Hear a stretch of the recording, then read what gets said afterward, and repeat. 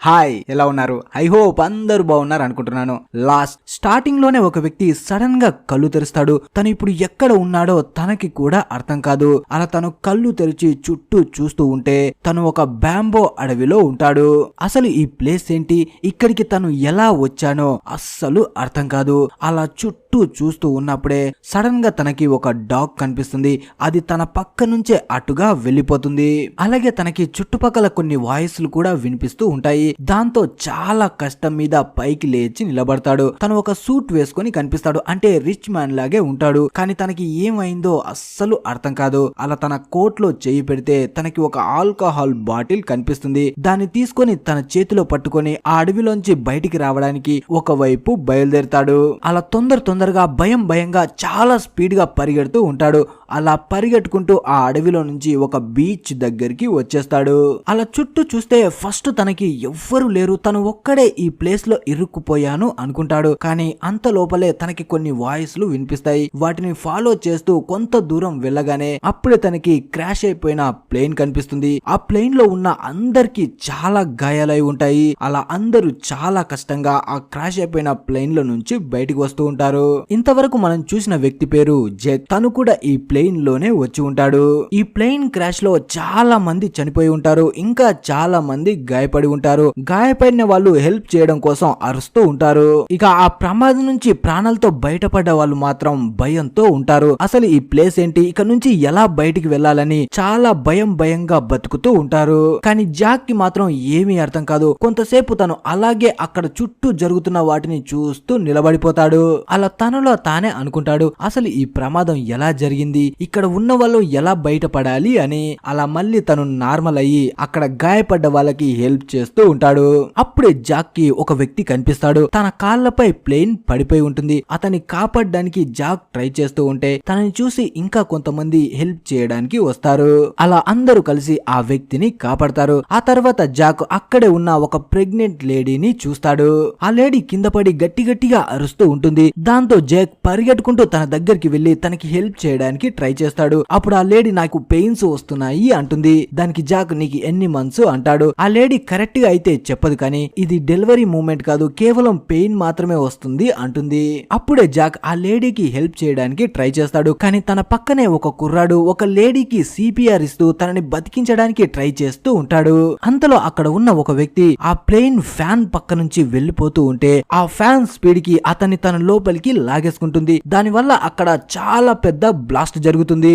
అప్పుడే జేక్ పక్కన ఉన్న ఒక వ్యక్తిని పిలిచి తనతో అంటాడు, ఈ లేడీకి పెయిన్స్ వస్తున్నాయి, 3 నిమిషాలకు మించి ఎక్కువసేపు పెయిన్స్ వస్తే నన్ను వెంటనే పిలువు, నేను వేరే వాళ్ళకి హెల్ప్ చేయడానికి వెళ్తున్నాను అని. అక్కడ నుంచి జేక్ ఆ కుర్రాడు సిపిఆర్ ఇస్తున్న లేడీని కాపాడడానికి వెళ్తాడు.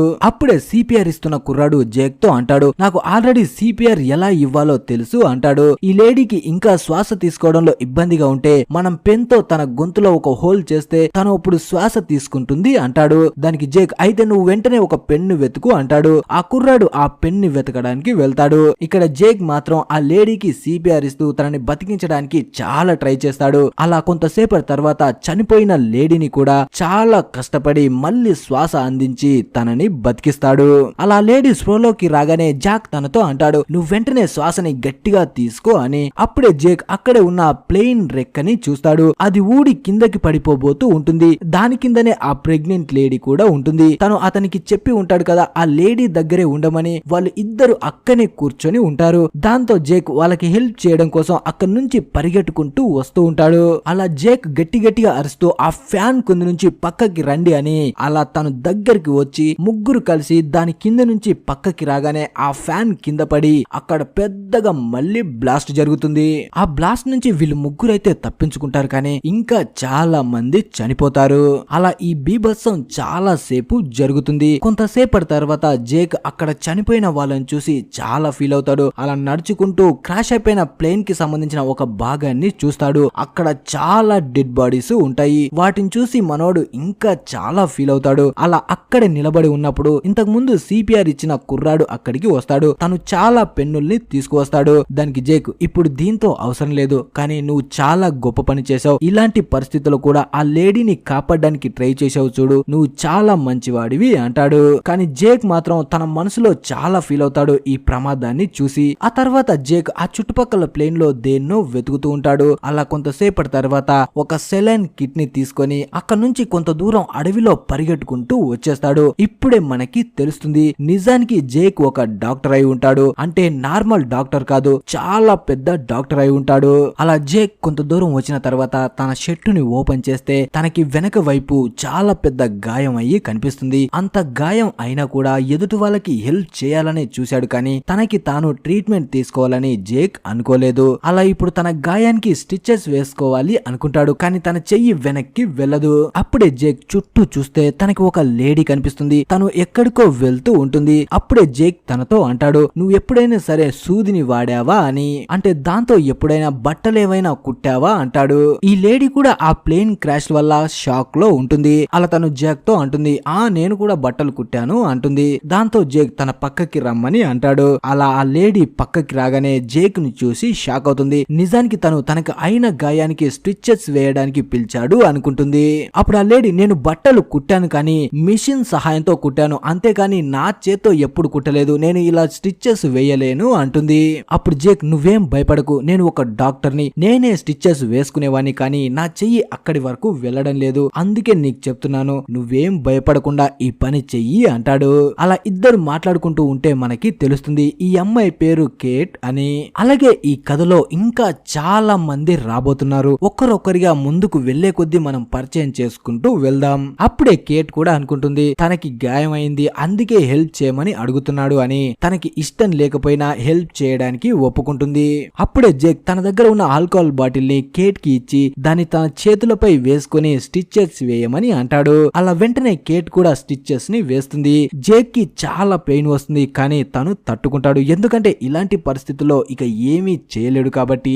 అలాగే తను బాధపడితే స్టిచెస్ వేస్తున్న కేట్ కూడా భయపడుతుంది అని తనని నార్మల్ గా ఉంచడం కోసం జేక్ ఒక చిన్న స్టోరీని తనకి చెప్తాడు. కొన్ని సంవత్సరాల క్రితం నేను ఒక అమ్మాయికి ఆపరేషన్ చేయడానికి వచ్చాను, అదే నా మొదటి ఆపరేషన్. అలా కొన్ని గంటల పాటు ఈ ఆపరేషన్ జరిగింది. నేను చేసే మొదటి ఆపరేషన్ కాబట్టి చాలా టెన్షన్ తో ఉన్నాను. అలా నేను ఇప్పుడు ఆ అమ్మాయిని ఒక దగ్గర కట్ చేయాలి. ఆ కట్ చేస్తున్న పాటు చాలా సెన్సిటివ్, బ్రెయిన్ కి అటాచ్ అయ్యి ఉంటుంది. దాన్ని నేను మిస్టేక్ చేశాను అంటే ఆ అమ్మాయి ప్రాణాలు పోతాయి, లేదంటే తను శాశ్వతంగా బతికిన రోజులు బెడ్ పైనే బతకాల్సి ఉంటుంది. అప్పుడు నాకు నేనే ధైర్యం చెప్పుకున్నాను, నేనే ఆ అమ్మాయి ప్రాణాలని కాపాడాలి, నా వల్ల ఒక ప్రాణం బతుకుతుంది, ఎలాగైనా కాపాడాలి అని నాకు నేనుగా ధైర్యం తెచ్చుకొని ఆ ఆపరేషన్ చేయడం స్టార్ట్ చేశాను. అలా మెల్లమెల్లగా నాలో ఉన్న భయం కూడా మొత్తం పోయింది. అలా తను చెప్పిన స్టోరీ విన్న కేట్ అంటుంది, నీ ప్లేస్ లో నేనున్నానంటే వెంటనే ఆ ప్లేస్ ను వదిలేసి దూరంగా పారిపోతాను అంటుంది. ఆ మాట విని జేక్ చిన్నగా నవ్వుకొని తనతో అంటాడు, నువ్వు పారిపోవు, నాకు బాగా తెలుసు, ఇప్పటి వరకు భయంగా ఫీల్ అయ్యే నువ్వే నాకు స్టిచెస్ వేశావు. ఒక పాయింట్ లో ఒకరికి హెల్ప్ చేయాలి, ఒకరి ప్రాణాలు మన వల్ల నిలబడుతున్నాయంటే మనం భయాన్ని వదిలేయాలి అంటాడు. తర్వాత మనకి అక్కడే ఉన్న మిగతా వాళ్ళు కనిపిస్తారు. ఇప్పుడు ఈవినింగ్ అవ్వబోతూ ఉంటుంది. అందరూ వాళ్ళ కోసం రెస్క్యూ టీం వచ్చి వాళ్ళకి హెల్ప్ చేస్తారని వెయిట్ చేస్తూ ఉంటారు, కానీ ఎవ్వరు వాళ్ళకి హెల్ప్ చేయడానికి రారు. ఇక్కడే మనకి సైద్ అనే కుర్రాడు కనిపిస్తాడు. ఇప్పుడు సైద్ అక్కడ మంట వెలిగించడానికి ట్రై చేస్తూ ఉంటాడు. అలా కర్రలు మొత్తం ఒక దగ్గరికి తీసుకువస్తూ అక్కడే ఉన్న చార్లీ అనే కుర్రాన్ని పిలిచి, నాకు హెల్ప్ చేయి, మనం ఇక్కడ ఫైర్ ని వెలిగిస్తే మనని కాపాడడానికి వచ్చే వాళ్ళకి ఈ ఫైర్ కనిపిస్తుంది, దాని వల్ల ఇక్కడ మనం ఉన్నామని తెలుస్తుంది అంటాడు. అలా ఇద్దరు కలిసి పెద్దగా ఫైర్ ని వెలిగిస్తారు. ఇక్కడే సైద్ ఇంకా చార్లీ పరిచయం అవుతారు. అలా రాత్రి కూడా అయిపోతుంది. అప్పుడే సైద్ చార్లీతో అంటాడు, నీకు అనిపించడం లేదా ఈ పాటికి రెస్క్యూ టీం ఇక్కడికి రావాలి, మనని కాపాడాలి, కానీ ఇంకా రాలేదంటే నాకు ఏమీ అర్థం కావడం లేదు అంటాడు. ఈ టైంలో చార్లీ తన వేళ్లపై దేన్నో రాస్తూ ఉంటాడు. తర్వాత మనకి ఒక అమ్మాయి అబ్బాయి కనిపిస్తారు. వీళ్ళల్లో ఫస్ట్ లో సిపిఆర్ ఇచ్చిన కుర్రాడు కూడా ఉంటాడు. ఇతని పేరు బున్. ఇక తన పక్కన ఉన్న అమ్మాయి పేరు షానన్. తను తన స్టెప్ సిస్టర్ అయి ఉంటుంది. ఇద్దరు కలిసి ప్లేన్ లోనే వచ్చి ఉంటారు. ఈ అమ్మాయికి చాలా పొగరెక్కువ, ఎప్పుడు యాటిట్యూడ్ తోనే ఉంటుంది. అప్పుడే బున్ ఒక చాక్లెట్ ని షానన్ కి తినడానికి ఇస్తాడు. ఈ టైంలో షానన్ నెయిల్ పాలిష్ ని పెట్టుకుంటూ ఉంటుంది. చూసారుగా, ఇంత బీభత్సం జరిగినా కూడా పాప నెయిల్ పాలిష్ ని పెట్టుకుంటుంది. అప్పుడే షానన్ బోన్ తో అంటుంది, నేను ఈ చాక్లెట్ తినేదానిలా కనిపిస్తున్నానా? కొంతసేపట్లో రెస్క్యూ టీం వాళ్ళు వస్తారు, మనం సేఫ్ గా ఇక్కడ నుంచి వెళ్లిపోతాం, అన్ని మూసుకొని నువ్వు ఇక్కడ నుంచి పక్కకు వెళ్లిపో, రెస్క్యూ టీం వచ్చిన తర్వాతనే హ్యాపీగా నేను వెళ్లి తింటాను అంటుంది. అలా షానన్ మాటలు వినగానే బూన్ కి పిచ్చ కోపం వస్తుంది. కానీ తనని ఏమీ అనకుండా అక్కడి నుంచి వెళ్లిపోతాడు. తర్వాత మనకి హర్లీ అనే కుర్రాడు కనిపిస్తాడు. తను ఆ ప్లేన్ లో అన్ని చోట్ల వెతికి కొంత ఫుడ్ ని జమ చేసి అక్కడ ఉన్న వాళ్ళకి ఇస్తూ ఉంటాడు. అలా ఆ ప్రెగ్నెంట్ లేడీ దగ్గరికి వెళ్లి తనకి కూడా ఫుడ్ ఇచ్చి తన ఆరోగ్యం ఎలా ఉంది అంటాడు. దానికి ఆ లేడీ కూడా ఇప్పుడు పర్లేదు అంటుంది. అప్పుడే ఆ కుర్రాడు ఇంకా చాలా ఫుడ్ ని ఆ లేడీకి ఇచ్చి అక్కడి నుంచి వెళ్లిపోతాడు. తర్వాత ఒక కుర్రాడు ఇంకా తన ఫాదర్ కనిపిస్తాడు. ఇద్దరు చాలా బాధగా ఉంటారు. అలాగే ఒక కొరియన్ కపుల్ కూడా కనిపిస్తారు. హస్బెండ్ తన వైఫ్ తో నువ్వు నా దృష్టి నుంచి ఎప్పుడు పక్కకు వెళ్ళకు, ఇక్కడ వాళ్ళు ఏమైపోయినా నాకు అనవసరం, మనం మాత్రం సేఫ్ గా ఉండాలి అంటాడు. దానికి తన వైఫ్ కూడా సరే అంటుంది. ఇక్కడ జేక్ గాయపడిన వాళ్ళకి ఇంకా హెల్ప్ చేస్తూ ఉంటాడు. అలా గాయపడ్డ ఒక అతని దగ్గరికి వెళ్లి తన కడుపులోకి వెళ్లిన ఒక రాడ్ ని బయటికి తీయడానికి ట్రై చేస్తాడు. అప్పుడే కేట్ అతని పరిస్థితి చూసి ఇతను ప్రాణాలతో బయటపడతాడా అంటుంది. దానికి జేక్ తను ప్రాణాలతో బయటపడడానికి నేను ప్రయత్నిస్తున్నాను, కానీ నా చేతిలో ఏం లేదు కదా అంటాడు. అప్పుడే జేక్ ఇతను నీకు తెలుసా అంటాడు. దానికి కేట్ తను నా పక్క సీట్ లోనే కూర్చున్నాడు అంటుంది. తర్వాత జేక్ కేట్ తో ప్లేన్ క్రాషింగ్ గురించి మాట్లాడతాడు. నేను ఫ్లైట్ లో ఉన్నప్పుడు సడన్ గా ప్లేన్ లో ఏదో ప్రాబ్లం వచ్చింది, దాంతో అది క్రాష్ అవుతుంది, అంతవరకే నాకు గుర్తుంది. తర్వాత నాకు ఏమైంది, నేను ఎక్కడ ఉన్నాను అనేది నాకు ఏమీ గుర్తులేదు అంటాడు. దానికి కేట్ ప్లేన్ క్రాష్ అయ్యేటప్పుడు నేను మెలకువతోటే ఉన్నాను, నా కళ్ళతో మొత్తాన్ని చూశాను, అది చాలా భయంకరంగా జరిగింది. అప్పుడే జేక్ మార్నింగ్ అవ్వగానే మనం అడవిలోకి వెళ్లి ఒక డివైస్ ని వెతకాలి, ఆ డివైస్ తో మనం బయట ఉన్న వాళ్ళతో కాంటాక్ట్ అవ్వచ్చు అంటాడు. దానికి కేటు నేను అడవిలో ఒక దగ్గర స్మోక్ రావడం చూశాను, అంటే అక్కడే ప్లేన్ కి సంబంధించిన మిగతా భాగం క్రాష్ అయి ఉంటుంది, అక్కడికి వెళ్తే మనకు ఆ డివైస్ దొరకొచ్చు అంటుంది. అలా మార్నింగ్ అవ్వగానే ఇద్దరు అడవిలోకి వెళ్ళాలి అనుకుంటారు. ఇప్పుడు ఈవినింగ్ బీచ్ పక్కన ప్రశాంతంగా కూర్చొని ఉన్నప్పుడే సడన్ గా అడవిలో నుంచి వింత వింత భయంకరమైన సౌండ్స్ వినిపిస్తాయి. ఈ సౌండ్స్ చాలా భయంకరంగా ఉంటాయి, అందుకే ప్రతి ఒక్కరూ ప్రాణాల్ని అరిచేతుల్లో పెట్టుకుంటారు. అప్పుడే అడవి వైపు చూస్తే అడవిలో ఉన్న చెట్లు కదులుతూ కనిపిస్తాయి, అంటే చాలా పెద్ద క్రీచర్ వీళ్ళపైకి వస్తుందేమో, అందుకే ఆ చెట్లు మొత్తం కింద పడిపోతున్నాయి అనుకుంటారు. అలా చాలా సేపు ఇలా జరిగిన తర్వాత మళ్ళీ మొత్తం నిశ్శబ్దంగా మారిపోతుంది. అలా అదంతా చూసి వీళ్ళకి ఏమీ అర్థం కాదు, అది ఏంటి సడన్ గా ఎందుకు ఆగిపోయింది, ఇక్కడ ఏం జరుగుతుందని ఏమీ అర్థం కాదు. ఇక్కడే మీకు ఒక విషయాన్ని చెప్పాలి, ఈ కథలో కొంతసేపు పాస్ట్ కి కొంతసేపు ప్రెజెంట్ కి వెళ్తూ ఉంటాం, దాన్ని మీరు బాగా గుర్తు పెట్టుకోవాలి. నేనైతే క్లియర్ గా ఎక్స్ప్లెయిన్ చేయడానికి ట్రై చేస్తాను. తర్వాత మనం కథలో కొంచెం వెనక్కి వస్తే జేక్ ఇప్పుడు ప్లేన్ లో కనిపిస్తాడు. అంటే ఇప్పుడు ప్లేన్ క్రాష్ అవ్వడానికి ముందు అందరూ హ్యాపీగా ప్లేన్ లో వెళ్తూ ఉంటారు. అప్పుడే జేక్ అక్కడ ఉన్న లేడీతో డ్రింక్ ని తెమ్మని అంటాడు, కానీ తనకి ఆ పవర్ సరిపోలేదని ఆ లేడీ చాటుగా 2 డ్రింక్ బాటిల్ని జేక్ కి ఇస్తుంది. అలాగే జేక్ మక్కనే మనకి ఇంకో లేడీ కనిపిస్తుంది. ఈ లేడీని మనం చూసాం కదా, ప్లేన్ క్రాష్ అయిన తర్వాత తనకి సిపిఆర్ ఇచ్చి జేకే తనని కాపాడతాడు. అప్పుడే జేక్ వాష్రూమ్ కి వెళ్ళడానికి పైకి లేచి నిలబడతాడు, కానీ సడన్ గా తన ముందు నుంచి ఒక వ్యక్తి వెళ్తాడు. అతను వెళ్తూ ఉంటే తన వెనకే ఇంకా చాలా మంది వెళ్తారు. దాంతో ఇక జేక్ ముందుకు వెళ్లకుండా మళ్ళీ సీట్ లోనే కూర్చుంటాడు. ఈ పక్కన ఉన్న లేడీ పేరు రోజ్. తను జేక్ తో మాట్లాడుతూ అంటుంది, నా హస్బెండ్ వాష్రూమ్ కి వెళ్ళాడు, ఇంకా రాలేదు అని. అందుకే జేక్ తనకి ధైర్యం చెప్పడం కోసం తనతో మాట్లాడుతూ ఉంటాడు. ఈ లోపే ప్లేన్ లో ప్రాబ్లం రావడం స్టార్ట్ అవుతుంది, దానివల్ల అది క్రాష్ అవ్వడానికి రెడీ అవుతుంది. అప్పుడే జేక్ రోజ్ తో అంటాడు, మనకి ఏమీ అవ్వదు, అంతా నార్మల్ అయిపోతుంది అని. కానీ ఆ లోపే ప్లేన్ క్రాష్ అవుతుంది. తర్వాత మళ్ళీ ప్రెజెంట్ ని చూపిస్తారు. వీళ్ళ ప్లేన్ క్రాష్ అవ్వడం వల్ల వీళ్ళకి హెల్ప్ చేయడం కోసం ఎవరైనా వస్తారని వెయిట్ చేస్తూ ఉంటారు, కానీ మార్నింగ్ అయినా కూడా ఎవ్వరు ఇక్కడికి రారు. ఇప్పుడు ఇక జేక్ అడవిలోకి వెళ్ళాలనుకుంటాడు, ఎందుకంటే తను ఆ కాక్ పెట్ ని వెతికితే అందులో ఉన్న డివైస్ ద్వారా హెల్ప్ కోసం కాంటాక్ట్ అవ్వాలి అని. అంటే రాత్రి కేట్ చెప్పింది కదా, అడవిలో ఒక వైపున స్మోక్ వచ్చింది అని, అంటే ప్లేన్ ని మిగతా భాగం అక్కడ క్రాష్ అయి ఉంటుందని, అక్కడికి వెళ్తే ఆ కాక్ పెట్ దొరుకుతుంది అని ఇద్దరు అక్కడికి వెళ్ళాలి అనుకుంటారు. కానీ రాత్రి వింత వింత సౌండ్స్, ఏదో పెద్ద క్రీచర్ వీళ్ళ దగ్గరికి వస్తున్నట్టు అనిపించడం వల్ల జేక్ కేట్ తో అంటాడు, అడవిలో ఏదో పెద్ద ప్రమాదం రావచ్చు, అందుకే నువ్వు నాతో పాటు రాకుండా ఇక్కడే ఉండు అంటాడు. కానీ కేట్ మాత్రం తన మాటలు వినకుండా తను కూడా వస్తాను అంటుంది. దాంతో జేక్ నువ్వు అడవిలోకి రావాలంటే నీకు మంచి షూస్ ఉండాలి అంటాడు. అప్పుడే కేట్ చనిపోయిన ఒక వ్యక్తి దగ్గరికి వెళ్లి అతని షూస్ తను తీసుకుంటుంది. అలా డెడ్ బాడీ నుంచి షూస్ తీస్తూ ఉన్నప్పుడు తనకి చాలా బాధగా అనిపిస్తుంది ఇలా చేయడం, కానీ ఇప్పుడు తప్పదు కాబట్టి అలా ఆ షూస్ ని తీసుకుంటుంది. ఇప్పుడే తనని దూరంగా ఒక అతను చూస్తూ ఉంటాడు. తను ఏమీ మాట్లాడకుండా ఒక చిన్నగా నవ్వు నవ్వి అక్కడి నుంచి వెళ్లిపోతాడు. ఇతన్ని చూస్తే మనకు అనిపిస్తుంది ఆ ప్లేన్ క్రాష్ వల్ల వీడి మైండ్ దొబ్బింది అని. తర్వాత ఒక దగ్గర సైద్, చార్లీ, బూనో, షానన్ అందరూ ఒక దగ్గర కూర్చొని ఉంటారు. అప్పుడే అర్లిన్ వీళ్ళ దగ్గరికి వచ్చి ప్లేన్ లో ఒక భాగం అలాగే ఉంది కదా, అందులో చాలా డెడ్ బాడీస్ ఉన్నాయి, మనం వెంటనే వాటిని క్లీన్ చేయాలి అంటాడు. కానీ షానన్ మాత్రం మనం ఎందుకు అలా చేయాలి, రెస్క్యూ టీం వాళ్ళు వస్తారు, వాళ్ళే మొత్తాన్ని క్లీన్ చేస్తారు అంటుంది. అప్పుడే జేక్ వీళ్ళ దగ్గరికి వచ్చి ఆ గాయపడ్డ వ్యక్తిని చూపిస్తూ అతనికి మెలకువ వస్తే అతన్ని కంట్రోల్ చేయండి, తన కడుపులో ఐరన్ ఉంది, దానివల్ల తనకి చాలా ప్రాబ్లం వస్తుందని చెప్పి తను అడవిలోకి కాక్పిట్ ని వెతకడానికి వెళ్తున్నట్టు అంటాడు. అప్పుడే చార్లీ జాక్ వాళ్ళ వెంట వస్తాను అంటాడు. కానీ జాక్ మాత్రం మేము వెళ్తున్నాం కదా, మీరందరూ ఇక్కడే ఉండండి అంటాడు. అయినా సరే చార్లీ వినకుండా నేను మీ వెంట ఎంత కష్టమైనా వస్తాను అంటాడు. దాంతో ఇక జాక్ కూడా తనని తీసుకొని ముగ్గురు అక్కడి నుంచి బయలుదేరతారు. నిజానికి కాక్పిట్ అన్న పేరు వినగానే చార్లీ తన వెంట వస్తూ ఉంటాడు. అసలు తను ఎందుకు ఇలా చేస్తున్నాడు అనేది మనం ముందు తెలుసుకుందాం. అలా జాక్ వాళ్ళు ముగ్గురు అడవిలోకి వెళ్లిపోతారు. మిగతా వాళ్ళు మొత్తం బీచ్ దగ్గరే ఉంటారు. అలా వెళ్తూ ఉన్నప్పుడే కేట్ చార్లీతో అంటుంది, మనం ఇద్దరం ఇంతకు ముందు ఎప్పుడైనా కలిసామా, మనం ఎప్పుడో కలిసినట్టు నాకు అనిపిస్తుంది అని.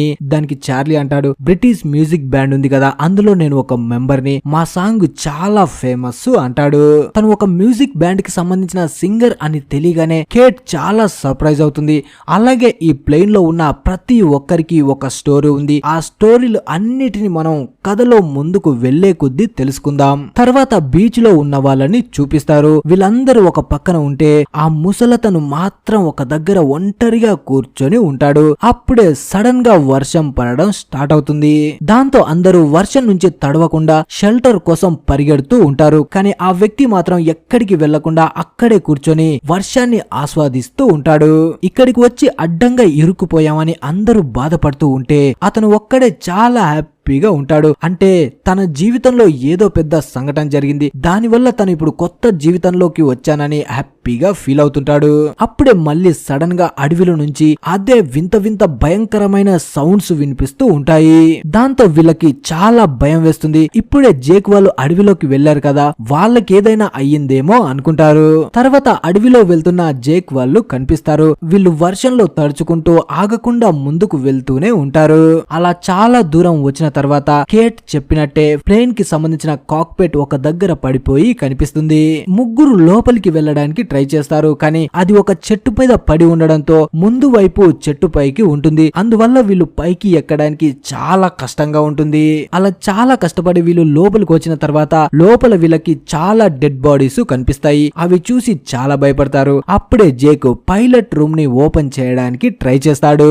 కానీ ఆ డోర్ మాత్రం అస్సలు ఓపెన్ కాదు. చాలా సేపు కష్టపడి ఆ డోర్ ని ఓపెన్ చేయగానే లోపల ఉన్న పైలట్ డెడ్ బాడీ తన పైకి పడిపోతుంది. వెంటనే జేక్ ఇంకా కేట్ లోపలికి వెళ్లి డివైస్ కోసం వెతుకుతూ ఉన్నప్పుడే సడన్ గా సీట్ లో ఉన్న ఇంకో పైలట్ కి మెలకువ వస్తుంది. దాంతో వీళ్ళు ఫస్ట్ భయపడతారు. కానీ తర్వాత తనకి వాటర్ ఇచ్చి మెలకువలోకి తీసుకువస్తారు. అప్పుడే పైలట్ జేక్ తో అంటాడు, ఇంకా ఫ్లైట్ లో ఎంత మంది ప్రాణాలతో ఉన్నారు అని. దానికి జేక్ 48 మంది ప్రాణాలతో ఉన్నారు, మిగతా వాళ్ళు అందరూ చనిపోయారు అంటాడు. అప్పుడే పైలట్ అలా ప్లేన్ లో ప్రాబ్లం వచ్చినప్పుడు ఆ బీచ్ ను దాటుతూ ఉన్నప్పుడే మేము రెస్క్యూ టీమ్ తో కాంటాక్ట్ అయ్యాం. కానీ ఆ బీచ్ దగ్గరికి రాగానే కాంటాక్ట్ కూడా కట్ అయింది. ఈ పాటికి రెస్క్యూ టీం వాళ్ళు వచ్చి ఉంటారు. కాకపోతే మనం ఎక్కడ ఉన్నామో వాళ్ళకి తెలియక ఇంకో ప్లేస్ లో వెతకడానికి వెళ్లి ఉంటారు అంటాడు.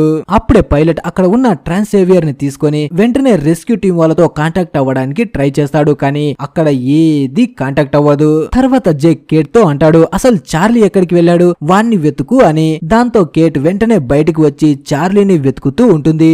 అప్పుడే కేట్ చార్లీని వెతుకుతూ బాత్రూమ్ డోర్ ని ఓపెన్ చేయగానే లోపల చార్లీ తనకి కనిపిస్తాడు. బాత్రూమ్ లో వాడు ఏం చేస్తున్నాడో వీళ్ళకి అర్థం కాదు. అలాగే కేట్ కూడా అడుగుతుంది. కానీ దానికి వాడు ఏమీ సమాధానం చెప్పాడు. అంతలో వీళ్ళకి మళ్ళీ అవే భయంకరమైన సౌండ్స్ వినిపిస్తాయి. అలాగే ఇప్పుడు వీళ్ళకి అనిపిస్తుంది నిజంగానే ఈ అడవిలో బయట ఏదో ఉంది అని. అప్పుడే బయట నుంచి వీళ్ళకి ఒక పెద్ద ఆకారం కనిపిస్తుంది. అది ఏంటో వీళ్ళకి అర్థం కాదు.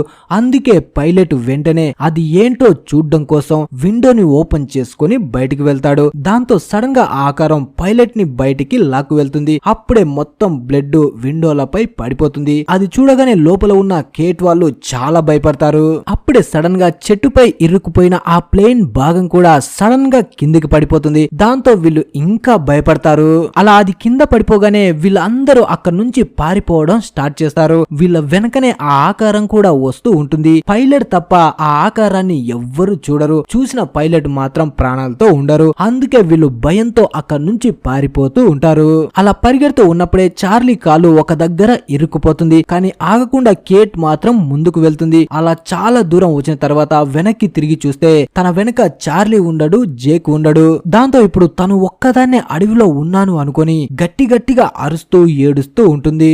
అలాగే ఇప్పుడు ఆ భయంకరమైన సౌండ్స్ కూడా వినిపిస్తున్నాయి కాబట్టి తన భయం ఇంకా పెరుగుతుంది. అలాగే గట్టి గట్టిగా జేక్ ని పిలుస్తూ ఉంటుంది.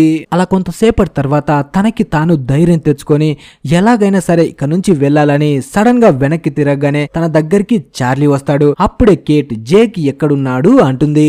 దానికి చార్లీ తను నీ వెనకనే వస్తున్నాడు. సడన్ గా నా కాలు ఒక దగ్గర ఇరుకుపోగానే తను నాకు హెల్ప్ చేయడానికి వచ్చాడు. కానీ తర్వాత నేను తనని చూడలేదు అంటాడు.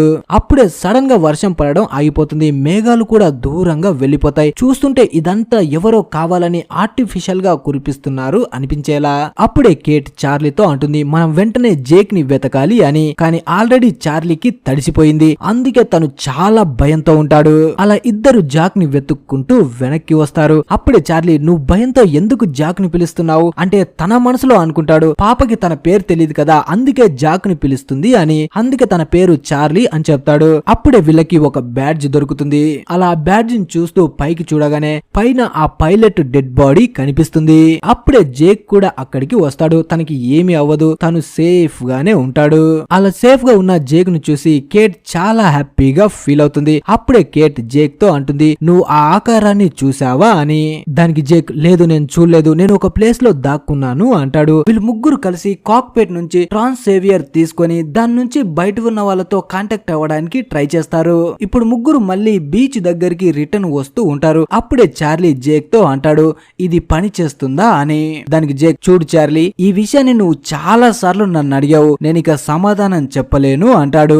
అప్పుడు చార్లీ నన్ను క్షమించు, నేను చాలా భయంలో ఉన్నాను, భయంలో నేను ఏం మాట్లాడుతున్నానో నాకే అర్థం కావడం లేదు. ఇప్పుడిప్పుడే నేను చావు నుంచి తప్పించుకొని బయటపడ్డాను. అంత పెద్ద మాన్స్టర్, అది మాన్స్టరో ఏంటో మనకు తెలియదు కానీ దాని నుంచి తప్పించుకొని బయటపడ్డాం కాబట్టి కంగారులో నేను ఏదేదో మాట్లాడుతున్నాను అంటాడు. అలాగే మనం ఇప్పుడు ఈ ఐలాండ్ పై ఇరుక్కుపోయాం, ఇక్కడ నుంచి బయటికి ఎలా వెళ్లాలో కూడా మనకు తెలీదు అంటాడు. చార్లీ ఇదంతా కామెడీగా చెప్తాడు కానీ తను చెప్పింది కూడా నిజమే. వీళ్ళు అనుకోకుండా ఈ ఐలాండ్ పై ఇరుక్కుపోయారు. అప్పుడే కేటు ప్లేన్ లో నేను నిన్ను వెతుకుతూ ఉన్నప్పుడు నువ్వు వాష్రూమ్ లోకి ఎందుకు వెళ్ళావు అంటుంది. దానికి చార్లీ నాకు కొంచెం ప్రాబ్లం ఉంది, దాన్ని నీతో చెప్పలేను అంటాడు. అప్పుడు కేట్ కూడా చిన్నగా నవ్వుతూ తనతో అంటుంది నువ్వు మాతో పాటు ఇక్కడికి రావడం మాకు చాలా ఆనందంగా ఉంది అని. అప్పుడే చార్లీ పనికొచ్చే వాళ్ళకి ఎప్పుడో ఒకప్పుడు ఒక దేడిది మగ్గాడి సహాయం కావాలి, నేను కూడా అలాగే మీ వెంట వచ్చినట్టున్నాను అంటాడు. అది విని కేట్ నువ్వు దేడిది మగ్గాడి కాదు మంచోడివే అంటుంది. అలా ముగ్గురు నడుచుకుంటూ ముందుకు వెళ్తూ ఉంటే సడన్ గా మనకి చార్లీకి సంబంధించిన పాస్ట్ ని చూపిస్తారు. ఇప్పుడు చార్లీ ప్లేన్ క్రాష్ అవ్వక ముందు ప్లేన్ లో కనిపిస్తాడు. కానీ ఇప్పుడు తను చాలా టెన్షన్ గా ఉంటాడు. అప్పుడే అంత టెన్షన్ లో ఉన్న చార్లీ దగ్గరికి ఫ్లైట్ అటెండెంట్ వస్తుంది. తనని మనం ఇంతకు ముందే చూసాం, తనే జగ్ కి ఆల్కహాల్ బాటిల్స్ ని ఇచ్చింది. అప్పుడే చార్లీ కూడా వెనక్కి తిరిగి చూస్తే అక్కడ ఉన్న సెక్యూరిటీ వాళ్ళు తన గురించి ఆలోచిస్తున్నారు అనుకుని వెంటనే సీట్లో నుంచి పైకి లేచి అక్కడ నుంచి వెళ్లిపోతూ ఉంటాడు. అలా వెళ్తున్నప్పుడు సెక్యూరిటీ వాళ్ళు కూడా తనని ఆపడానికి ట్రై చేస్తారు. ఇదే టైంలో తను జేక్ ని తగులుకుంటూ వెళ్తాడు. అప్పుడే జేక్ కూడా వాష్రూమ్ వెళ్ళడానికి పైకి లేచి ఉంటాడు. అతను చూసి జేక్ కూడా అంతగా పట్టించుకోడు. అప్పుడే పక్కన ఉన్న రోజ్ నువ్వు ముందు వెళ్ళుంటే సరిపోయేది కదా, అతనికి చాలా అర్జెంట్ అనుకుంటా అందుకే అంత ఫాస్ట్ గా వాష్రూమ్ కి వెళ్లిపోయాడు అంటుంది. ఇక్కడ చార్లీ మాత్రం పరిగెట్టుకుంటూ వాష్రూమ్ లోకి వచ్చి వాష్రూమ్ లో లాక్ చేసుకుంటాడు. ఇక్కడే మనకి చార్లీ గురించి అసలు నిజం తెలుస్తుంది. తను ఒక డ్రగ్ అడిక్ట్ అయి ఉంటాడు. అలాగే తనతో పాటు డ్రగ్ తీసుకుని ఎవ్వరికి తెలియకుండా తన షూలో దాచుకుని ఉంటాడు. అలాగే తనకి ఇప్పుడు హెల్త్ కూడా అప్సెట్ అవుతుంది. ఎందుకంటే తను డ్రగ్ డోసు తీసుకుని లేకుంటాడు. అందుకోసమే డ్రగ్ ని తీసుకోవడం కోసం పరిగెట్టుకుంటూ వాష్రూమ్ లోకి వస్తాడు. అలా డోస్ తీసుకున్న తర్వాత తనకి ప్రశాంతంగా అనిపిస్తుంది. వాష్రూమ్ బయటే సెక్యూరిటీ వాళ్ళు మొత్తం తనని పిలుస్తూ ఉంటారు. సార్ వెంటనే డోర్ ని ఓపెన్ చేయండి అని. దానికి చార్లీ నేను వస్తున్నాను, ఒక్క నిమిషం వెయిట్ చేయండి అంటాడు. అలాగే మిగిలి ఉన్న డ్రగ్ ని ఫ్లష్ చేయడానికి వెళ్తాడు. కానీ ఆలోపే ప్లేన్ కంట్రోల్ తప్పుతుంది. దాంతో చార్లీ చాలా కష్టపడి వాష్రూమ్ నుంచి తన సీట్ దగ్గరికి వస్తాడు. అలా అక్కడికి వచ్చిన తర్వాత సీట్ బెల్ట్ ని ఆక్సిజన్ మాస్క్ ని పెట్టుకుని తన ప్రాణాలని కాపాడుకుంటాడు. మనం చూసాం కదా, ప్లేన్ క్రాష్ అయిన తర్వాత మనోడు చాలా తిక్కగా ప్రవర్తించాడు. దానికి కారణం ప్లేన్ క్రాష్ వల్ల జరిగిన ప్రమాదం కాదు, తను డ్రగ్ తీసుకోలేదు కాబట్టి అలా చేసి ఉంటాడు. అలాగే ఇక్కడ మీరు ఇంకో విషయం కూడా గుర్తు చేసుకోవాలి. జేక్ కాక్పిట్ దగ్గరికి వెళ్తున్నాము అంటే ఎందుకు తను అంత స్పీడ్ గా వాళ్ళ వెంట ఎందుకు వచ్చాడో అని. అలా తను కాక్పిట్ దగ్గరికి రాగానే వాష్రూమ్ లోకి వెళ్లి అదే డ్రగ్ ని వెతికి ఉంటాడు. అలాగే ఇది తనకి మాత్రమే తెలుసు కాబట్టి తను డ్రగ్ అడిక్ట్ అంటే అందరూ అదోలా చూస్తారని కేట్ అడిగినా కూడా తనకి నిజం చెప్పడు. ఇప్పుడు ఈ పరిస్థితిని చూస్తుంటే మనకి చిన్నగానే అనిపిస్తుంది, కానీ ముందు ముందు ఇదే చాలా ప్రమాదంగా మారబోతుంది. అది ఎలా అనేది మనం ముందుకు వెళ్లే కొద్దీ తెలుసుకుందాం. తర్వాత మనకి బీచ్ లో ఉన్న వాళ్ళు కనిపిస్తారు. ఇప్పుడు ప్లేన్ క్రాష్ అయ్యి 2 రోజులైనా సరే వీళ్ళని కాపాడడానికి ఎవ్వరు అక్కడికి రారు. దాంతో అందరూ కంగారుగా ఉంటారు. కానీ షానన్ మాత్రం అవేవి పట్టించుకోకుండా పాప బికినీ వేసుకొని బీచ్ లో హాయిగా పడుకుంటుంది. అప్పుడే బూన్ తన దగ్గరికి వచ్చి, నాకు నీ బ్యాగ్ దొరికింది, అందులో నీ బట్టలు కూడా ఉన్నాయి, ఇప్పుడు నువ్వు ఆ బికినీని వదిలేసి బట్టల్ని వేసుకోవచ్చు అంటాడు. కానీ షానన్ మాత్రం తన మాటల్ని అస్సలు పట్టించుకోదు. దాంతో బోన్ అక్కడి నుంచి వెళ్లిపోతాడు. తన పక్కనే ఆ ప్రెగ్నెంట్ లేడీ కూడా కూర్చొని ఉంటుంది. అప్పుడే ఆ లేడీ షానన్ తో అంటుంది, తను నీ బాయ్ ఫ్రెండా అని. దానికి షానన్, లేదు లేదు, నా బాయ్ ఫ్రెండ్ కాదు, నా బ్రదర్ అంటుంది. నిజానికి బూన్ తనకి స్టెప్ బ్రదర్ అయి ఉంటాడు. అప్పుడే షానన్ ఆ లేడీతో అంటుంది, నీ కడుపులో ఉన్నది అమ్మాయా అబ్బాయా తెలుసా అని. ఈ ప్రెగ్నెంట్ లేడీ పేరు క్లేర్. అప్పుడే క్లేర్ అంటుంది, నాకు ఎవరు అనేది తెలీదు, కానీ ఈ ప్లేన్ క్రాష్ అయిన దగ్గర నుంచి నాకు భయంగా ఉంది, నా కడుపులో ఎలాంటి కదలికలు లేవు అంటుంది.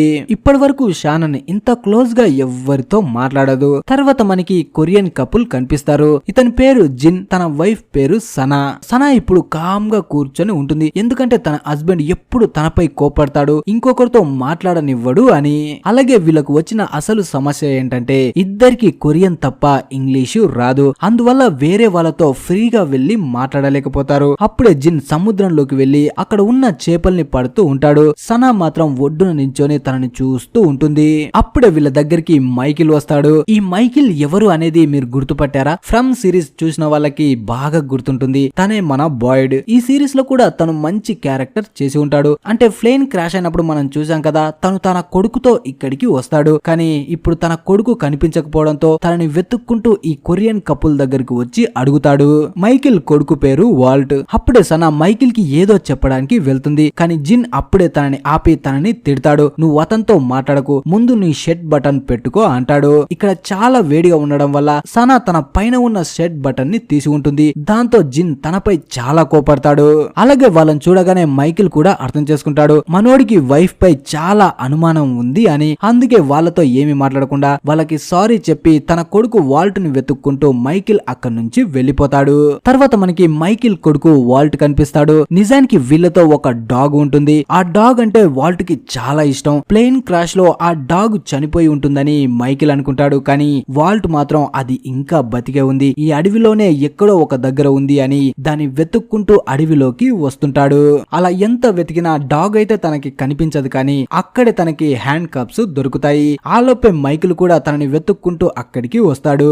అప్పుడే మైకిల్ వాల్ట్ ని తిడతాడు, నేను చెప్పాను కదా నా దగ్గర నుంచి పక్కకు వెళ్ళొద్దని, ఇది చాలా ప్రమాదకరమైన ప్లేస్ అంటాడు. అప్పుడే మైకిల్ వాల్ట్ చేతిలో ఉన్న హ్యాండ్ కప్స్ చూసి ఇవి ఎక్కడ దొరికాయి అంటాడు.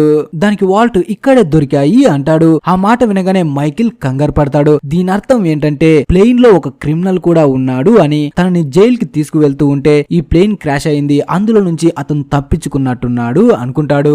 తర్వాత మైకిల్ వాల్ట్ ని తీసుకొని బీచ్ దగ్గరికి వచ్చేస్తాడు.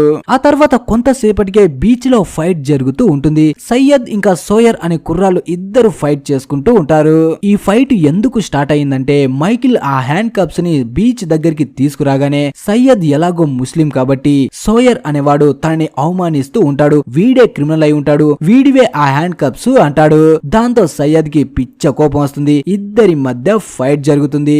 అప్పుడే సోయర్ అంటాడు, వీడు ఫస్ట్ క్లాస్ లో వచ్చాడు, అలాగే వీడి పక్కన ఉన్నవాడు ప్లేన్ క్రాష్ లో చనిపోయాడు, వీడే ప్రాణాలతో ఉన్నాడు, అంటే వీడే ఆ క్రిమినల్ అంటాడు. కానీ దానికి సయ్యద్ ఒప్పుకోకుండా తనతో ఫైట్ చేస్తూ ఉంటాడు. ఇలా వీళ్ళు ఫైట్ చేసుకుంటూ ఉంటే అక్కడ ఉన్న వాళ్ళు అందరూ చూస్తూ ఉంటారు. కానీ అప్పుడే జేక్ ఇంకా కేట్ వాల్ అక్కడికి వచ్చి వాళ్ళని ఆపుతారు. ఈ సోయర్ అనేవాడికి బాగా బలుపుంటుంది. వీడి గురించి ముందు ముందు చాలా తెలుసుకుందాం. అలాగే ముందు ముందు వీడి గురించి తెలిసే కొద్దీ మీకే వీడు ఫేవరెట్ గా మారిపోతాడు. అప్పుడే అర్లీ అంటాడు, మనం అందరం ఒక ప్రమాదంలో ఇరుక్కుపోయాం, దాని నుంచి ఎలా బయటపడాలని అందరం కలిసి ఆలోచించాలి అని. కానీ సోయర్ మాత్రం తన మాటల్ని వినడు. అలా మళ్ళీ ఇద్దరు ఫైట్ చేసుకోవడానికి వెళ్తారు. అప్పుడే జాక్ వాళ్ళని ఆపుతాడు. తనకి దొరికిన హ్యాండ్ కప్స్ ని జాక్ కి ఇస్తాడు. వెంటనే జాక్ అందరితో అంటాడు, మేము అడవిలోకి వెళ్తే మాకు ట్రాన్స్ సేవియర్ దొరికింది, కానీ ఇప్పుడు అది పని చేయడం లేదు. దీన్ని ఎవరైనా బాగు చేసే వాళ్ళు ఉంటే మాకు చెప్పండి అంటాడు. దానికి సయ్యద్ నేను బాగు చేస్తాను అంటాడు. దాంతో సోయర్ కి ఇంకా చాలా కోపం వస్తుంది. వీడు బాగు చేస్తానంటే వీడి మీద ఆశలు పెట్టుకొని మనమందరం ఇక్కడే కూర్చుందామా అంటాడు. అప్పుడు జాక్ కూడా కోపం వచ్చి సోయర్ ని తిడతాడు. దానికి సోయర్, నువ్వెవడ్రా మధ్యలో, నువ్వేమన్నా మాకు లీడర్వా, నువ్వు చెప్పినట్టు మేమెందుకు వింటాము అంటాడు. ఆ తర్వాత సయ్యద్ జేక్ కి కేట్ కి చెప్తాడు, ఈ ట్రాన్స్ సేవియర్ లో బ్యాటరీ బాగానే ఉంది, కానీ రేడియోనే డెడ్ అయిపోయింది. దీన్ని బాగు చేయడానికి నాకు కొంత టైం కావాలి అంటాడు. అప్పుడే బూన్ జేక్ దగ్గరికి వచ్చి, మీరు కాక్పిట్ దగ్గరికి వెళ్లారు కదా, అక్కడ ఎవరైనా ప్రాణాలతో ఉన్నారా అంటాడు. దానికి జేక్, ఎవ్వరూ లేరు, అందరూ చనిపోయారు అంటాడు. తర్వాత సయ్యద్ ఒక్కడే ఒక ప్లేస్ లో కూర్చొని ఆ ట్రాన్స్ సేవియర్ ని బాగు చేస్తూ ఉంటాడు. అప్పుడే అర్లీ తన దగ్గరికి వచ్చి సోయర్ ని తిడుతూ మాట్లాడతాడు, నా కొడుకు ఎవడో తెలీదు, ప్రతి ఒక్కరిని అనుమానిస్తున్నాడు, ఇలా అయితే వాడు బయట ఎలా బతుకుతాడు అంటాడు. దానికి సయ్యద్, కొంతమంది జీవితాలు అంతే, వాళ్ళని పట్టించుకుంటే మనం ముందుకు వెళ్ళలేము అంటాడు. ఆ మాటలు వినగానే హర్లీ, నువ్వు నాకు నచ్చావు, చాలా మంచివాడివి అంటాడు. దానికి సయ్యద్ కూడా, నువ్వు కూడా మంచివాడిలాగే ఉన్నావు అంటాడు. అప్పుడే హర్లీ తనకి షేక్ హ్యాండ్ ఇస్తూ తనతో అంటాడు, నువ్వు ఈ ట్రాన్స్ సేవియర్ ని బాగు చేయడం ఎక్కడ నేర్చుకున్నావు అని. నేను మిలిటరీ కమ్యూనికేషన్ ఆఫీసర్ గా పనిచేశాను, అక్కడే నేను నేర్చుకున్నాను అంటాడు. ఆ మాట వినగానే హర్లీ, అంటే నువ్వు యుద్ధంలో కూడా పాల్గొన్నావా అంటాడు. దానికి సయ్యద్, హా, నేను గల్ఫ్ వార్ లో పాల్గొన్నాను అంటాడు. నేను ఒక రిపబ్లికన్ గార్డ్ ని అంటాడు. నిజానికి ఈ రిపబ్లికన్ గార్డ్స్ ని 2003లో బ్యాన్ చేశారు. ఈ విషయం తెలియగానే తను ఎవరు, ఇక్కడ ఎందుకు ఉన్నాడు అనే దాంట్లో ఇంకా కన్ఫ్యూజన్ మొదలవుతుంది మనకి. అలాగే హర్లీ కూడా ఆ మాట వినగానే కొంచెం భయపడతాడు. ఎందుకంటే ఒకప్పుడు ఈ రిపబ్లికన్ గార్డ్స్ కి యుఎస్ మిలిటరీకి మధ్య వార్ జరిగింది, తన వల్ల ఏదైనా ప్రమాదం వస్తుందో అనుకుంటాడు. తర్వాత కొంతసేపటికి సయ్యద్ ఆ ట్రాన్స్ సేవియర్ ని బాగు చేసి కేట్ ని పిలిచి తనతో అంటాడు, ఇప్పుడు ఈ ట్రాన్స్ సేవియర్ పనిచేస్తుంది, కానీ దీనికి సిగ్నల్ అందే ప్లేస్ కి వెళ్తేనే ఇది వర్క్ అవుతుంది అంటాడు. అలాగే మనం దీన్ని ఇక్కడే ఆన్ చేసి వాడడం మొదలు పెడితే దీని బ్యాటరీ అయిపోతుంది, సిగ్నల్ దొరక్క, అందుకే ఒక ఎత్తైన ప్లేస్ కి వెళ్లి అక్కడ దీన్ని ఆన్ చేసి సిగ్నల్ తో కాంటాక్ట్ అవుదాం అంటాడు.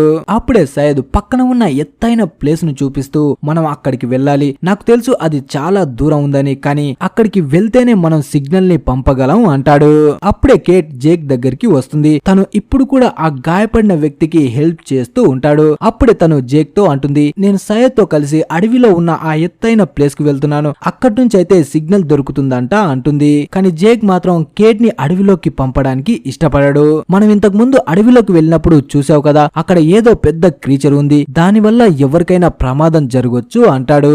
అలాగే నువ్వు ఇక్కడే ఉండు, కొంతసేపటి తర్వాత నేనే వెళ్తాను, కొంచెం ఇతనికి ట్రీట్మెంట్ ఇచ్చి వెళ్తాను అంటాడు. దానికి కేట్, ఇంకా కొంతసేపు అయితే బ్యాటరీ డెడ్ అయిపోతుంది, అప్పుడు మనం సిగ్నల్ పంపినా కూడా ఉపయోగం లేదు అంటుంది. ఇంకా ఎంత చెప్పినా కేట్ వినకపోవడంతో తనతో అంటాడు, నువ్వు అడవిలోకి వెళ్ళిన తర్వాత నీకేదైనా సౌండ్ వినిపించినా, నీకు దగ్గరగా ఏదైనా వస్తున్నట్టు అనిపించినా సరే వెంటనే అక్కడి నుంచి పారిపో అంటాడు. అలా తన మాటలు వినగానే కేట్ కి చాలా బాగా అనిపిస్తుంది. ఈ పరిస్థితిలో కూడా తనకి జాగ్రత్త చెప్పేవాళ్ళు, తనని చూసుకునే వాళ్ళు ఒకరున్నారు అని. అంటే చిన్న చిన్నగా పాపకి జేక్ అంటే ఇష్టం ఏర్పడుతుంది. జేక్ కూడా పాప అంటే ఇష్టం ఏర్పడుతుందో లేదో ముందు ముందు చూద్దాం. తర్వాత జిన్ ఇంకా సన కనిపిస్తారు. జిన్ నీళ్ళలో ఉన్న చేపల్ని, స్టార్ ఫిష్ ని పట్టుకొని దాన్ని చిన్న చిన్నగా కట్ చేసి తినడానికి రెడీ చేస్తాడు. అలాగే ఆ ఫుడ్ ని ఫస్ట్ గా హర్లీకి ఇవ్వడానికి వెళ్తాడు. కానీ అవి పచ్చి పచ్చిగా ఉండడంతో హర్లీ తినడు. వెంటనే తను ఆ ప్రెగ్నెంట్ లేడీ క్లేర్ దగ్గరికి వెళ్తాడు. తను కూడా తినడానికి ఇష్టపడదు. కానీ జిన్ మొహమాట పెట్టడంతో వెంటనే ఒకటి తీసుకొని తింటుంది. అది తినగానే కడుపులో కదలకుండా ఉన్న తన బిడ్డ ఒక్కసారిగా కదులుతుంది. దాంతో క్లేర్ చాలా హ్యాపీగా ఫీల్ అవుతుంది. అప్పుడే జిన్ చేయిని తన కడుపుపై పెట్టుకొని చాలా హ్యాపీగా ఫీల్ అవుతుంది. చూసావా, నా బిడ్డ కదులుతుంది అని. మనోడు కూడా చాలా సిగ్గుపడతాడు. అలా జిన్ ఎంతో ప్రేమగా అందరి కోసం ఫుడ్ తీసుకొని వెళ్తే అసలు వండకుండా పచ్చిది ఎలా తింటారని ఎవ్వరూ తినరు. వీళ్ళిక్కడ ఇరుక్కొని 2 రోజులు అవుతుంది కాబట్టి వీళ్ళకి ఆకలి విలువ తెలియడం లేదు. అదే కొన్ని రోజులు పోతే పచ్చివి కాదు కదా, బతికున్న వాటిని అలాగే తినేస్తారు. తర్వాత మనకి మైకిల్ ఇంకా వాల్టర్ కనిపిస్తారు. అప్పుడే వాల్టర్ కి అక్కడ ఒక కామిక్ బుక్ దొరుకుతుంది. ఉంటుంది. దాన్ని చూస్తే అందులో ఒక పోలార్ బేర్ అలాగే కొంతమంది సూపర్ హీరోస్ ఉంటారు. అప్పుడే డల్ గా ఉన్న వాల్టర్ ని చూసి తన దగ్గరికి మైకిల్ వెళ్లి అంటాడు, నువ్వేం బాధపడకు, నీకోసం ఒక కొత్త డాగ్ ని కొంటాను అని. ఆ మాట వాల్టర్ కి అస్సలు నచ్చదు. వెంటనే అక్కడి నుంచి వెళ్లిపోతాడు. తర్వాత వాల్టర్ బీచ్ దగ్గర కూర్చొని ఉన్న జాన్ ని చూస్తారు. ఈ జాన్ ఇక్కడ ఉన్న వాళ్ళ అందరికంటే వయసులో పెద్దవాడై ఉంటాడు. ఇప్పుడు జాన్ ఒక గేమ్ ని ఆడుతూ ఉంటాడు. దాంతో వాల్టర్ తనను చూసి ఇది చదరంగమా అంటాడు. కానీ జాన్ మాత్రం ఇది కాదు, చదరంగానికి మించిన గేమ్ ఇది అంటాడు. అలాగే వాల్టర్ తో నువ్వు మీ నాన్నతో కలిసి ఈ చదరంగం గేమ్ ఆడతావా అంటాడు. దానికి వాల్టర్ లేదు, నేను మా నాన్నతో కాదు, ఆస్ట్రేలియాలో ఉన్న మా అమ్మతో ఉంటాను. కొన్ని రోజుల క్రితమే మా అమ్మకి జబ్బు చేసి చనిపోయింది, అందుకే నేను ఇప్పుడు మా నాన్నతో కలిసి ఉన్నాను అంటాడు. అది వినగానే జాన్, ఈ మంత్ నీకు చాలా కష్టంగా మారింది. ఫస్ట్ మీ అమ్మ చనిపోయింది, ఇప్పుడు ప్లేన్ క్రాష్ అయింది, కానీ ఏది ఏమైనా నువ్వు మాత్రం ధైర్యంగా ఉండాలి అని జాన్ తన ఆడే గేమ్ గురించి వాల్ట్ కి చెప్తాడు. ఇది అన్నిటికంటే చాలా పాత గేమ్. ఇది యేసుక్రీస్తు పుట్టడానికి ముందు వచ్చిన గేమ్. ఈ గేమ్ ని ఇద్దరు వ్యక్తులు ఆడతారు. అలాగే ఇందులో 2 కలర్స్ ఉంటాయి, డార్క్ ఇంకా లైట్. అంటే ఈ గేమ్ ఎలాంటిదంటే మనిషిలో ఉన్న లక్షణాల లాంటిది, మంచి చెడు లాగానమాట. అలాగే ఈ గేమ్ లో ఒక సీక్రెట్ కూడా ఉంది. అది ఏంటి అనేది ఈ కథ లాస్ట్ వరకు తెలిసిపోతుంది. దీన్ని మీరు బాగా గుర్తు పెట్టుకోండి. అప్పుడే జాన్ వాల్ట్ తో నువ్వు ఒక సీక్రెట్ తెలుసుకోవాలనుకుంటున్నావా అంటాడు. తర్వాత షానన్ కనిపిస్తుంది. తను ఒక డెడ్ బాడీ ముందు కూర్చొని ఏడుస్తూ ఉంటుంది. అప్పుడే బూన్ తన దగ్గరికి వచ్చి ఇక్కడేం చేస్తున్నావు, ఎందుకు ఏడుస్తున్నావు అంటాడు. దానికి షానన్, మనం ఫ్లైట్ లో ఉన్నప్పుడు ఇతనితో నేను గొడవ పడ్డాను. ఇతను నాకు కావాలనుకున్న సీట్ ని ఇవ్వకపోవడంతో అతన్ని చాలా మాటలు తిట్టాను. ఒకవేళ తను అప్పుడు ఆ సీట్ ని మనకి ఇచ్చి ఉంటే ఇతన్ లాగే మనం చనిపోయే వాళ్ళం కదా అంటుంది. దానికి బూన్, ఏడ్చింది చాలు కానీ మాతో పాటు వచ్చి పని చెయ్యి, నీ కొంచెం రిలీఫ్ గా ఉంటుంది అంటాడు. కానీ షానన్ ఆ మాట వినగానే పిచ్చ కోపం వచ్చి తనని చాలా మాటలు తిడుతుంది. అలా ఇద్దరి మధ్య గొడవ స్టార్ట్ అవుతుంది. అప్పుడే బూన్ తనతో అంటాడు, అసలు నీ పొగరేంటి, ఇక్కడ మనం అడ్డంగా ఇరుక్కుపోయాం, ఇక నుంచి తప్పించుకోవడానికి నీ దగ్గర ఏదైనా ప్లాన్ ఉంటే అప్పుడు చెప్పి నా మీద అరువు అంటాడు. దాంతో షానన్ కి ఇంకా కోపం వస్తుంది. అప్పుడే సయ్యద్, కేట్ ఇద్దరు అడవిలోకి వెళ్లడం చూసి తను కూడా వాళ్ళతో పాటు వెళ్లడానికి రెడీ అవుతుంది. కానీ బూన్ తనని ఆపడానికి ట్రై చేస్తాడు. అయినా పాప అస్సలు తన మాట వినకుండా వాళ్ళతో వెళ్లిపోతూ ఉంటుంది. అలాగే వీళ్ళతో చార్లీ కూడా వెళ్తాడు. అలా నలుగురు అక్కడ నుంచి వెళ్తుంటే దూరంగా కూర్చొని ఉన్న సోయర్ కనిపిస్తాడు. తన చేతిలో ఒక లెటర్ ఉంటుంది. దాన్ని చూసి ఫీల్ అవుతూ ఉంటాడు. సడన్ గా తనకి ఏదో ఐడియా రావడంతో తను కూడా వాళ్ళతో పాటు అడవిలోకి వస్తాను అంటాడు. తను వాళ్ళతో పాటు రావడం అక్కడ ఉన్న ఎవ్వరికి నచ్చదు. ఎందుకంటే ఇంతకు ముందే తను సయ్యద్ తో గొడవ పడ్డాడు కాబట్టి. అలా అందరూ వెళ్తున్నప్పుడే కేట్ సోయర్ తో అంటుంది, నువ్వు సడన్ గా మాతో పాటు ఎందుకు వస్తున్నావు అని. ఆ మాట వినగానే సోయర్, నేను మీతో రావడం మీకే మంచిది స్వీట్ హార్ట్ అంటాడు. ఆ స్వీట్ హార్ట్ అన్న మాట వినగానే కేట్ కి పిచ్చ కోపం వస్తుంది. కానీ కోపాన్ని బయటికి చూపకుండా కళ్ళలోనే దాచుకుంటుంది. అలా అందరూ చాలా కష్టపడి అడవి మధ్యలోకి వస్తారు. అలా వెళ్తూ ఉన్నప్పుడే సోయర్ సయ్యద్ తో చాలా సార్లు చెప్తాడు, నువ్వు ఆ ట్రాన్స్ సేవియర్ ని ఆన్ చేసి టెస్ట్ చెయ్యి అని. కానీ సయ్యద్ మాత్రం తన మాట అస్సలు వినడు. నువ్వు చెప్పినట్టు ఇక్కడ ఆన్ చేస్తే దాని బ్యాటరీ వేస్ట్ అవుతుంది, అక్కడికి వెళ్ళిన తర్వాత మనకి ఏ ఉపయోగం ఉండదు అంటాడు. అలా వీళ్ళు మాట్లాడుకుంటూ ముందుకు వెళ్తూ ఉంటే సడన్ గా వీళ్ళకి భయంకరమైన సౌండ్ వినిపిస్తుంది. ఆ సౌండ్ చేస్తూ ఏదో క్రీచర్ చాలా స్పీడ్ గా వీళ్ళ పైకి వస్తున్నట్టు అనిపిస్తుంది. ఆల్రెడీ కేట్ కి చార్లీకి చాలా భయంగా ఉంటుంది కాబట్టి వాళ్ళు అందరినీ పారిపోమని చెప్పి అక్కడ నుంచి పరిగెడుతూ ఉంటారు. కానీ సోయర్ మాత్రం అస్సలు కదలకుండా అక్కడి నిల్చొని ఉంటాడు. ఎందుకంటే తన దగ్గర గన్ ఉంటుంది. ఆ గన్ బయటికి తీసి తన పైకి వస్తున్న క్రీచర్ ని అదే పనిగా షూట్ చేస్తూ ఉంటాడు. దాంతో ఆ క్రీచర్ అక్కడే చనిపోతుంది. అలా అందరూ అక్కడికి వచ్చి చూసి షాక్ అవుతారు. అది ఒక పోలార్ బేర్ అయి ఉంటుంది. నిజానికి పోలార్ బేర్ మంచు ప్రదేశంలో ఉంటుంది కదా, ఇంత దట్టమైన అడవిలో ఇక్కడెందుకు ఉంది అనుకుంటారు. అలాగే మనం ఇంతకు ముందు వాల్ట్ కి దొరికిన ఆ కామిక్ బుక్ లో చూసాం కదా, దాంట్లో కూడా ఇదే వైట్ పోలార్ బేర్ ఉంటుంది. అప్పుడే కేట్ వాళ్ళు సోయర్ ని అడుగుతారు, అసలు నీ దగ్గరికి ఈ గన్ ఎలా వచ్చింది అని. అంటే నువ్వే ఆ క్రిమినల్ వా అంటారు. దానికి సోయర్, ఓ ఇలాగనుకుంటున్నారా మీరు కూడా మీ క్యారెక్టర్ ని సెలెక్ట్ చేసుకోండి అంటాడు. ఆలోపే కేట్ సోయర్ తో ఉన్న ఆ గన్ ని లాక్కొని తనకి గురి పెట్టి, అసలు నువ్వు ఎవరో చెప్పు, ఈ గన్ నీ దగ్గరికి ఎలా వచ్చింది అంటుంది. దానికి సోయర్, నేను ఆఫీసర్ దగ్గర దాన్ని తీసుకున్నాను అంటాడు. ఆ మాట వినగానే అందరికి డౌట్ వస్తుంది, తనే నిజమైన క్రిమినల్ అని. అప్పుడే సయ్యద్, ఈ గన్ ని వాడడం నీకు వచ్చా అంటాడు. దాంతో సయ్యద్ దాన్ని ఎలా అన్లాక్ చేయాలో చెప్పి ఆ బుల్లెట్స్ ఉన్న మ్యాగజైన్ ని అన్లాక్ చేయిస్తాడు. అలా గన్ ని కాలు చేసి ఆ ఖాళీ గన్ ని సోయర్ కి ఇస్తుంది. అప్పుడే సోయర్ కేట్ ని దగ్గరికి లాక్కొని, చూడు పాప, నీలాంటి వాళ్ళని నేను చాలా మందిని చూశాను, చూశాను, చాలా మందిని కలిశాను అంటాడు. కానీ కేట్ మాత్రం నువ్వు చూసిన వాళ్ళు నాలా అయితే ఉండరు, నువ్వు ముందు ముందు నేనేంటో చూస్తావు కదా అంటుంది. తర్వాత ఇక్కడ బీచ్ దగ్గర ఉన్న అందరితో జేక్ చెప్తాడు, క్రాష్ అయిన ప్లేన్ లో ఏదైనా మెడిసిన్ ఉంటే వెతకండి అని. అంటే వీళ్ళకి కావాల్సింది యాంటీబయోటిక్ అయి ఉంటుంది. ఎందుకంటే జేక్ ఆ రాడ్ దిగిన వ్యక్తిని ఇంకా బాగు చేసి ఉండాడు, ఇంకా 2-3 రోజుల్లో తనని నార్మల్ చేయడానికి ట్రై చేస్తాను అనుకుంటాడు. ఇప్పుడు ఆ రాడ్ ని అతని కడుపులోంచి బయటికి తీయాలంటే ప్రాపర్ గా ఆపరేషన్ చేయడానికి తన దగ్గర ఎలాంటి ఎక్విప్మెంట్ ఉండదు. అందుకే అక్కడ ఏదైనా దొరుకుతావేమో అని వెతుకుతూ ఉంటాడు. అప్పుడు తనకి మైకిల్ పరిచయం అవుతాడు. అలా మైకిల్ తో మాట్లాడుతున్నప్పుడు మైకిల్ వాల్ట్ గురించి చెప్తాడు. అలాగే వాల్ట్ కి డాగ్ అంటే చాలా ఇష్టం, అది ఇప్పుడు చనిపోయినట్టుంది, దాని గురించే వాడు బాధపడుతున్నాడు అంటాడు. నిజానికి స్టార్టింగ్ లోనే జేక్ ఆ డాగ్ ని చూసి ఉంటాడు, అందుకే ఆ విషయాన్ని మైకిల్ కి చెప్తాడు. అలా డాగ్ ప్రాణాలతో ఉందని తెలియగానే మైకిల్ చాలా హ్యాపీగా ఫీల్ అవుతాడు. అలా వెంటనే వాల్ట్ దగ్గరికి పరిగెట్టుకుంటూ వెళ్తాడు. తర్వాత ఇక్కడ జేక్ హర్లీని తనతో పాటు తీసుకువెళ్లి ఆ గాయపడ్డ వ్యక్తికి ట్రీట్మెంట్ చేయడానికి ట్రై చేస్తాడు. అలాగే నేను ఈ రాడ్ ని తన కడుపులోంచి బయటికి తీసి దానికి స్టిచెస్ ని వేస్తాను, ఆ టైంలో ఇతనికి మెలకువ రావచ్చు, అందుకే నువ్వు తనని గట్టిగా పట్టుకో అంటాడు. కానీ హర్లీ మాత్రం చాలా భయంతో ఉంటాడు, నాకు రక్తం అంటే అస్సలు పడదు, నాకు చుచ్చు పడిపోతుంది అంటాడు. కానీ జేక్ మాత్రం తనకి ధైర్యం చెప్తాడు, నువ్వు ఏమి చేయకు, తనని గట్టిగా పట్టుకుని ఉండు, ఈ గాయాన్ని మాత్రం అస్సలు చూడకు అంటాడు. ఇక తనకి ఇష్టం లేకపోయినా హర్లీ తనని పట్టుకోవడానికి వెళ్తాడు. ఆ రాడ్ తీస్తున్నప్పుడు చూడొద్దని చెప్పినా కూడా మనోడు వినకుండా అలాగే చూస్తాడు. దాంతో బ్లడ్ బయటికి రావడం చూసి తన కళ్ళు తిరిగి అక్కడే కింద పడిపోతాడు. పాపం జేక్ కి ఒక్కడు పోయి ఇద్దరిని చూసుకోవాల్సిన పరిస్థితి వస్తుంది.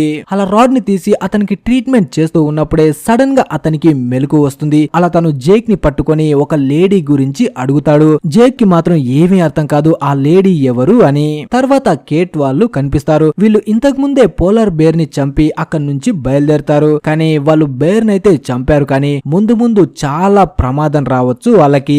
అప్పుడే మనకి కేట్ పాస్ట్ ని చూపిస్తారు, అంటే తను ఫ్లైట్ లో ఉన్నప్పుడు చూపిస్తారు. ఇక్కడే మనకి ఒక విషయం తెలుస్తుంది, ఇంతకు ముందు జేక్ ట్రీట్మెంట్ చేసిన వ్యక్తి ఎవరో కాదు, తనే పోలీస్ ఆఫీసర్ అయి ఉంటాడు. తన గన్నే సోయర్ తీసుకుంది. అలాగే తను కప్స్ వేసి తీసుకువెళ్తున్న క్రిమినల్ ఎవరో కాదు, కేటే అయి ఉంటుంది.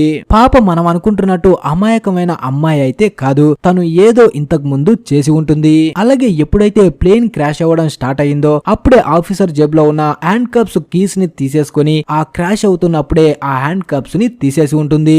అలాగే ఆఫీసర్ ఎవ్వరికి తెలియకుండా కేట్ ని ఒంటరిగా తీసుకువెళ్తున్నాడు కాబట్టి ఇక్కడ ఉన్న ఎవ్వరికి కేటే క్రిమినల్ అని తెలీదు. ఇక ముందు ముందు పాప గురించి ఇంకెన్ని విషయాలు తెలుస్తాయో. అలా అందరూ అడవిలో ఎత్తైన ప్లేస్ కు వచ్చాక సయ్యద్ ఆ ట్రాన్స్ సేవియర్ ని ఆన్ చేసి దాని నుంచి సిగ్నల్ పంపడానికి ట్రై చేస్తాడు, కానీ అది వర్క్ అవ్వదు. దాంతో అక్కడే ఉన్న సోయర్ సయ్యద్ పై కోపడతాడు, అది పని చేయడం లేదు, నేను ముందే చెప్పాను కదా అది పని చేస్తుందో లేదో టెస్ట్ చేయమని, మీరే నా మాట వినకుండా ఇక్కడి వరకు వచ్చి దొబ్బించుకుంటున్నారు అంటాడు.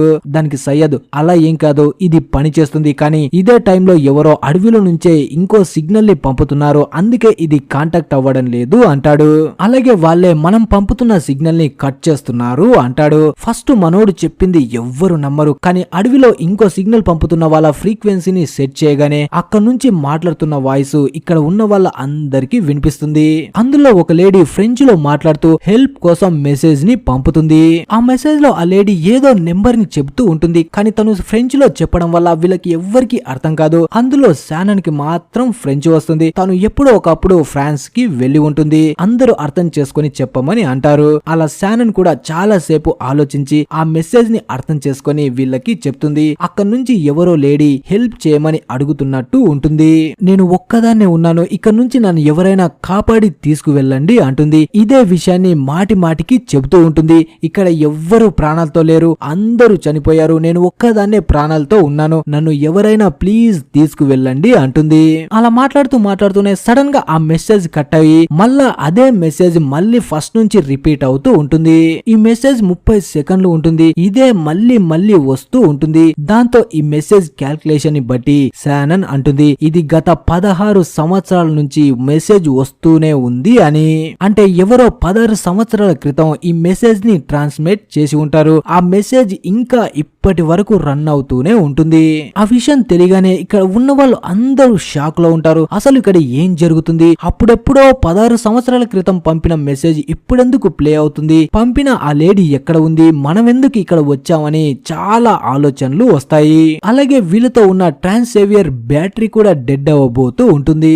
అప్పుడే చార్లీ అసలు మనం ఎక్కడ ఉన్నాము అంటాడు. ఈ ఐలాండ్ లో ప్లేన్ క్రాష్ అయ్యి 2 రోజులు గడిచిపోతాయి. ఇంకా ఎవ్వరు వాళ్ళకి హెల్ప్ చేయడం కోసం రారు. కానీ ఇక్కడ ఉన్న వాళ్ళు మాత్రం ఎవరైనా ఒకరు వాళ్ళకి హెల్ప్ చేయడానికి వస్తారని ఎదురు చూస్తూ ఉంటారు. ఇప్పుడు జేక్ ఆ గాయపడ్డ వ్యక్తికి ట్రీట్మెంట్ చేస్తూ ఉంటాడు. హర్లీని హెల్ప్ కోసం పిలుస్తాడు కానీ మనోడు రక్తం చూడగానే కళ్ళు తిరిగి కింద పడిపోతాడు. దాంతో జేక్ ఒక్కడే తనకి స్టిచెస్ వేస్తూ ఉంటాడు. అప్పుడే ఆ వ్యక్తికి కూడా మెలకు వస్తుంది. మెలకు రాగానే తను జేక్ తో ఆ లేడీ ఎక్కడికి వెళ్ళింది అంటాడు. అలాగే మిస్ అయిపోయిన తన హ్యాండ్ కప్స్ గురించి కూడా అడుగుతాడు. తన మాటలు వినగానే జేక్ కి ఏమీ అర్థం కాదు. అప్పుడే ఆ వ్యక్తి తన జేబుని చెక్ చేయమని అంటాడు. అలా జేక్ అతని జేబులు చెక్ చేయగానే అందులో ఒక ఫోటో కనిపిస్తుంది. అది క్రిమినల్ కి సంబంధించింది. నిజానికి ఈ గాయపడ్డ వ్యక్తి యుఎస్ పోలీస్ ఆఫీసర్ అయి ఉంటాడు. తను సిడ్నీ నుంచి ఒక క్రిమినల్ ని తీసుకువెళ్తూ ఉంటాడు.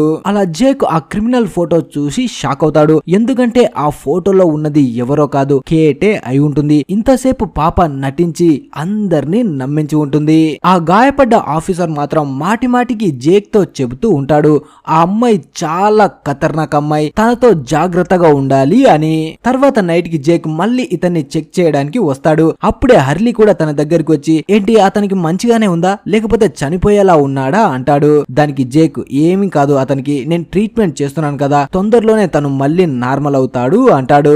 అలాగే మనం ఇతనికి ఇచ్చిన యాంటీబయాటిక్స్ కూడా మంచిగానే వర్క్ అవుతున్నాయి అంటాడు. దానికి హర్లీ, ఒకవేళ అవి వర్క్ అవ్వకపోతే ఇతని పరిస్థితి ఏంటి, చనిపోతాడు కదా అంటాడు. అలా హర్లీ జేక్ తో మాట్లాడుతూనే అక్కడే ఉన్న కేట్ ఫోటోని చూసి, జేక్ ఒకసారి ఇక్కడ చూడు, ఇక్కడ ఎవరి ఫోటో ఉందో అని. కానీ జేక్ ఆల్రెడీ ఆ ఫోటోని చూశాడు కాబట్టి హర్లీ నుంచి ఆ ఫోటోని తీసుకుంటాడు. అప్పుడే హర్లీ, ఈ అమ్మాయి ఏం చేసి ఉంటుందంటావు అంటాడు. అప్పుడు జేక్, అది నాకు అనవసరం, తను ఎవరు, ఎలా ఉండేది, ఏం చేసేది అనేది నేను ఏమీ పట్టించుకోను అంటాడు. అప్పుడే హర్లీ, అయితే ఈ అమ్మాయి చాలా తెలివైంది, ఖతర్నాక్ అమ్మాయి అనుకుంటా, ఇంత మందిలో కూడా ఏమీ తెలియనట్టు భలే యాక్ట్ చేసింది అంటాడు. కానీ జేక్ మాత్రం తనతో ఇంకేమీ మాట్లాడాడు. తర్వాత కేట్ వాళ్ళు కనిపిస్తారు. వీళ్ళందరూ ఎత్తైన ప్లేస్ కి వెళ్లి ట్రాన్స్సేవియర్ నుంచి సిగ్నల్ ని పంపాలి అనుకుంటారు. కానీ అక్కడికి వెళ్ళాకే వీళ్ళకి అసలు విషయం తెలుస్తుంది. ఇంతకు ముందే ఎవరో 16 సంవత్సరాల క్రితం ఈ ఐలాండ్ పై ఇరుక్కుపోయి వాళ్ళు కూడా సిగ్నల్ పంపించారు అని. అలాగే ఇప్పుడు ట్రాన్స్సేవియర్ బ్యాటరీ కూడా మొత్తం అయిపోతుంది. దాంతో వీళ్ళు మళ్ళీ బీచ్ దగ్గరికి బయలుదేరుతారు. అలా వీళ్ళు తిరిగి వస్తున్నప్పుడే మధ్యలోనే రాత్రి అవుతుంది. దాంతో సయ్యద్ అందరితో అంటాడు, ఇప్పుడు మనం అడవిని దాటి బీచ్ కి వెళ్ళాలంటే చాలా ప్రమాదం, అడవిలో భయంకరమైన క్రీచర్స్ ఉండొచ్చు, అందుకే మనం ఇక్కడే క్యాంప్ ని సెట్ చేసుకుని నైట్ ఇక్కడే ఉండి మార్నింగ్ బయలుదేరదాం అంటాడు. అప్పుడే సోయర్, మీరు చాలా భయపడుతున్నారు, నాకు అడవి అంటే అస్సలు భయం లేదు, అందులో ఉన్న చెట్లంటే కూడా భయం లేదు అంటాడు. దానికి సయ్యద్, చెట్లకెవడు భయపడతాడు, ఆ చెట్లని నాశనం చేసే భయంకరమైన క్రీచర్స్ కూడా ఉన్నాయి, అందుకే మనం ఇక్కడ ఉండడమే సేఫ్ అంటాడు. ఇప్పుడు సోయర్ దగ్గర గన్ ఉంటుంది, అందుకే తను అక్కడికి వెళ్ళాలనుకుంటాడు. కానీ ఆ గన్ లో ఉండాల్సిన మ్యాగజిన్ మాత్రం సయ్యద్ తో ఉంటుంది. అప్పుడే సోయర్, నీకు నాపై కోపం ఉంది కదా, అందుకే ఆ మ్యాగజిన్ నాకు ఇచ్చావంటే నేను ఒక్కనే అడవిలోంచి వెళ్ళిపోతాను అంటాడు. కానీ కేట్ సోయర్ కి నచ్చజెప్పి ఈ రోజు నైట్ కి అక్కడే ఉండడానికి ఒప్పిస్తుంది. అలా నైట్ కి అందరూ అక్కడే ఉంటారు. అప్పుడే సయ్యద్ అసలు వాళ్ళు ఎక్కడ క్రాష్ అయ్యారో తెలుసుకోవడానికి ట్రై చేస్తాడు. ఇప్పుడు వీళ్ళకి అసలైన భయం ఎక్కడ మొదలైందంటే ఆ ఫ్రెంచ్ లేడీ పంపిన మెసేజ్ గురించి. ఆ మెసేజ్ ని తలుచుకుంటేనే వీళ్ళు చాలా భయపడతారు. 16 సంవత్సరాల క్రితం పంపిన మెసేజ్ ఇంకా ఎలా రన్ అవుతుంది అని. అప్పుడే బూన్ అందరితో అంటాడు, మనం ఈ మెసేజ్ గురించి బీచ్ లో ఉన్న అందరికి చెబుదాము అని. కానీ సయ్యద్ మాత్రం లేదు, అలా చెబితే అక్కడ ఉన్న వాళ్ళు అందరూ చాలా భయపడతారు, ఆ భయంతో వాళ్ళు ఏం చేస్తారో వాళ్ళకే అర్థం కాదు అంటాడు. మనం వాళ్ళకి అబద్ధం చెప్తాం, వాళ్ళు ఆశతోనైనా ప్రాణాలతో ఉంటారు అంటాడు. దాంతో అందరూ దానికి ఒప్పుకుంటారు. అలా నైట్ కి అందరూ పడుకున్న తర్వాత బూన్ ఒక్కడే మధ్యరాత్రిలో నిద్రలేచి సోయర్ దగ్గర ఉన్న గన్ని తీసుకుంటాడు. అలాగే సయ్యద్ దగ్గర ఉన్న మ్యాగజిన్ ని కూడా తీసుకోవడానికి వెళ్తాడు. కానీ అప్పుడే సయ్యద్ కి మెలకు వస్తుంది. వెంటనే బూన్ పై కోపడతాడు, అసలు నువ్వేం చేస్తున్నావు అని. దానికి బూన్, మనలో ఎవరో ఒకరు ఒక నిర్ణయం తీసుకొని ముందుకు వెళ్ళాలి, అలాగే నేను ఈ అడవిలో నుంచి భయంకరమైన సౌండ్స్ కూడా విన్నాను అంటాడు. అప్పుడే షానన్ బూన్ పై కోపడుతుంది, నీకు అసలు గన్ను వాడడమే తెలియదు కదా, మరి అలాంటప్పుడు ఎందుకు గన్ తీసుకున్నావు అంటుంది. దాంతో సయ్యద్ వాళ్ళు ఒక నిర్ణయం తీసుకుంటారు, గన్ ఎవ్వరి దగ్గర ఉండకూడదు అని. అందరూ అందరూ కలిసి గన్ని కేట్ చేతిలో పెడతారు. ఇక్కడ ఉన్న అందరూ కేట్ అమాయకురాలు అనుకుంటారు. అలాగే కేట్ పాప కూడా అంత బాగా నటిస్తుంది. అలా గన్ని కేట్ తీసుకొని తన దగ్గరే పెట్టుకుంటుంది. రాత్రి మొత్తం అక్కడే ఉండి మార్నింగ్ బీచ్ దగ్గరికి వస్తారు. బీచ్ లో ఉన్న అందరిని ఒక దగ్గరికి తీసుకువచ్చి సయ్యద్ అందరితో చెప్తాడు, మన దగ్గర ట్రాన్సేవియర్ ఉంది, మేము సిగ్నల్ పంపించడానికి ట్రై చేశాం, కానీ అప్పటికే దాని బ్యాటరీ డెడ్ అయిపోయింది అంటాడు. ఇప్పుడు ఎవరి దగ్గరైనా బ్యాటరీ గాని సెల్ ఫోన్ గాని ఏదైనా ఉంటే మాకు తీసుకువచ్చి ఇవ్వండి, దాని సహాయంతో మళ్ళీ సిగ్నల్ పంపడానికి ట్రై చేద్దాం అంటాడు.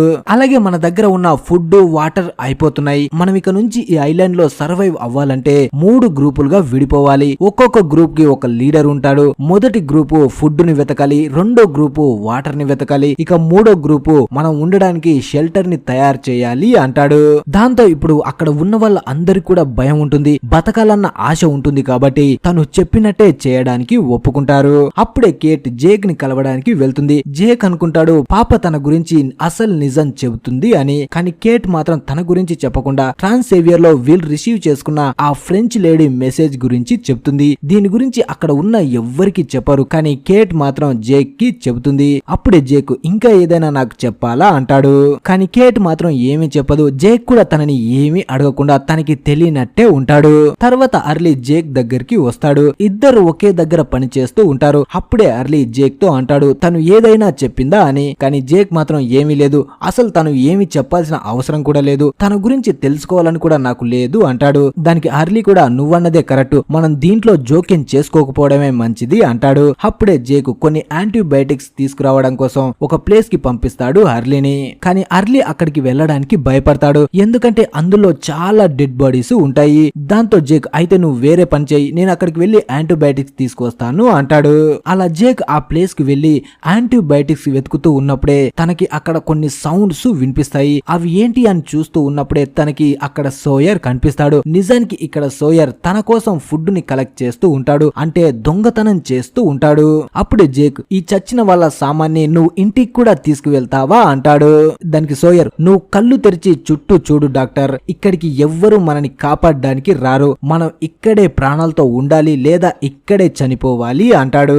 అప్పుడు జేక్ అయితే మరి నువ్వేమనుకుంటున్నావు అంటాడు. దానికి సోయర్ చిన్నగా నవ్వుతూ నేను ఆల్రెడీ అడవిలో ఉన్నాను, బతకడానికి ప్రయత్నిస్తున్నాను అంతే అంటాడు.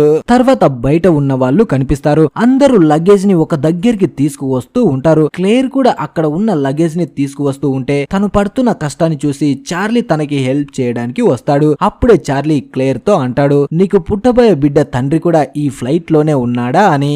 దానికి క్లేర్ నాకు ఇంకా పెళ్లి కాలేదు అంటుంది. ఆ మాట వినగానే చార్లీ కొంచెంసేపు ఆలోచించి మళ్ళీ తనతో అంటాడు అవునులే, ఈ రోజుల్లో అమ్మాయిలు వాళ్ళ కాళ్ళ మీద వాళ్ళు నిలబడుతున్నారు, అలాంటప్పుడు భర్తతోడే కావాల్సిందేముంది అంటాడు. తర్వాత మనకి జిన్ ఇంకా సనా కనిపిస్తారు. ఇప్పుడు సనా ఆ సామాన్ను పక్కకి తీసి మొత్తం ఫేస్ దారుణంగా మారుతుంది. దాంతో జిన్ తనని ఫ్రెష్ అవ్వడానికి పంపిస్తాడు. అలాగే తను వెళ్తున్నప్పుడు తనకి ఐ లవ్ యూ కూడా చెప్తాడు. మనోన్ని చూస్తుంటే తన భార్య విషయంలో అంత చెడ్డవాడు కాదు, చాలా మంచివాడు అనిపిస్తుంది. తర్వాత కేట్ కనిపిస్తుంది. తను ఆ పోలీస్ ఆఫీసర్ ఎక్కడైతే ఉన్నాడో అక్కడికి వెళ్తూ ఉంటుంది. కానీ సడన్ గా తన ముందుకి అర్లీ వస్తాడు. అర్లీ అక్కడ కేట్ ని చూసి చాలా భయపడతాడు. అందుకే కంగారుగా ఏమీ మాట్లాడకుండా అక్కడి నుంచి వెళ్లిపోతాడు. అలాగే పోతూ పోతూ కేట్ దగ్గర ఉన్న గన్ను కూడా చూస్తాడు.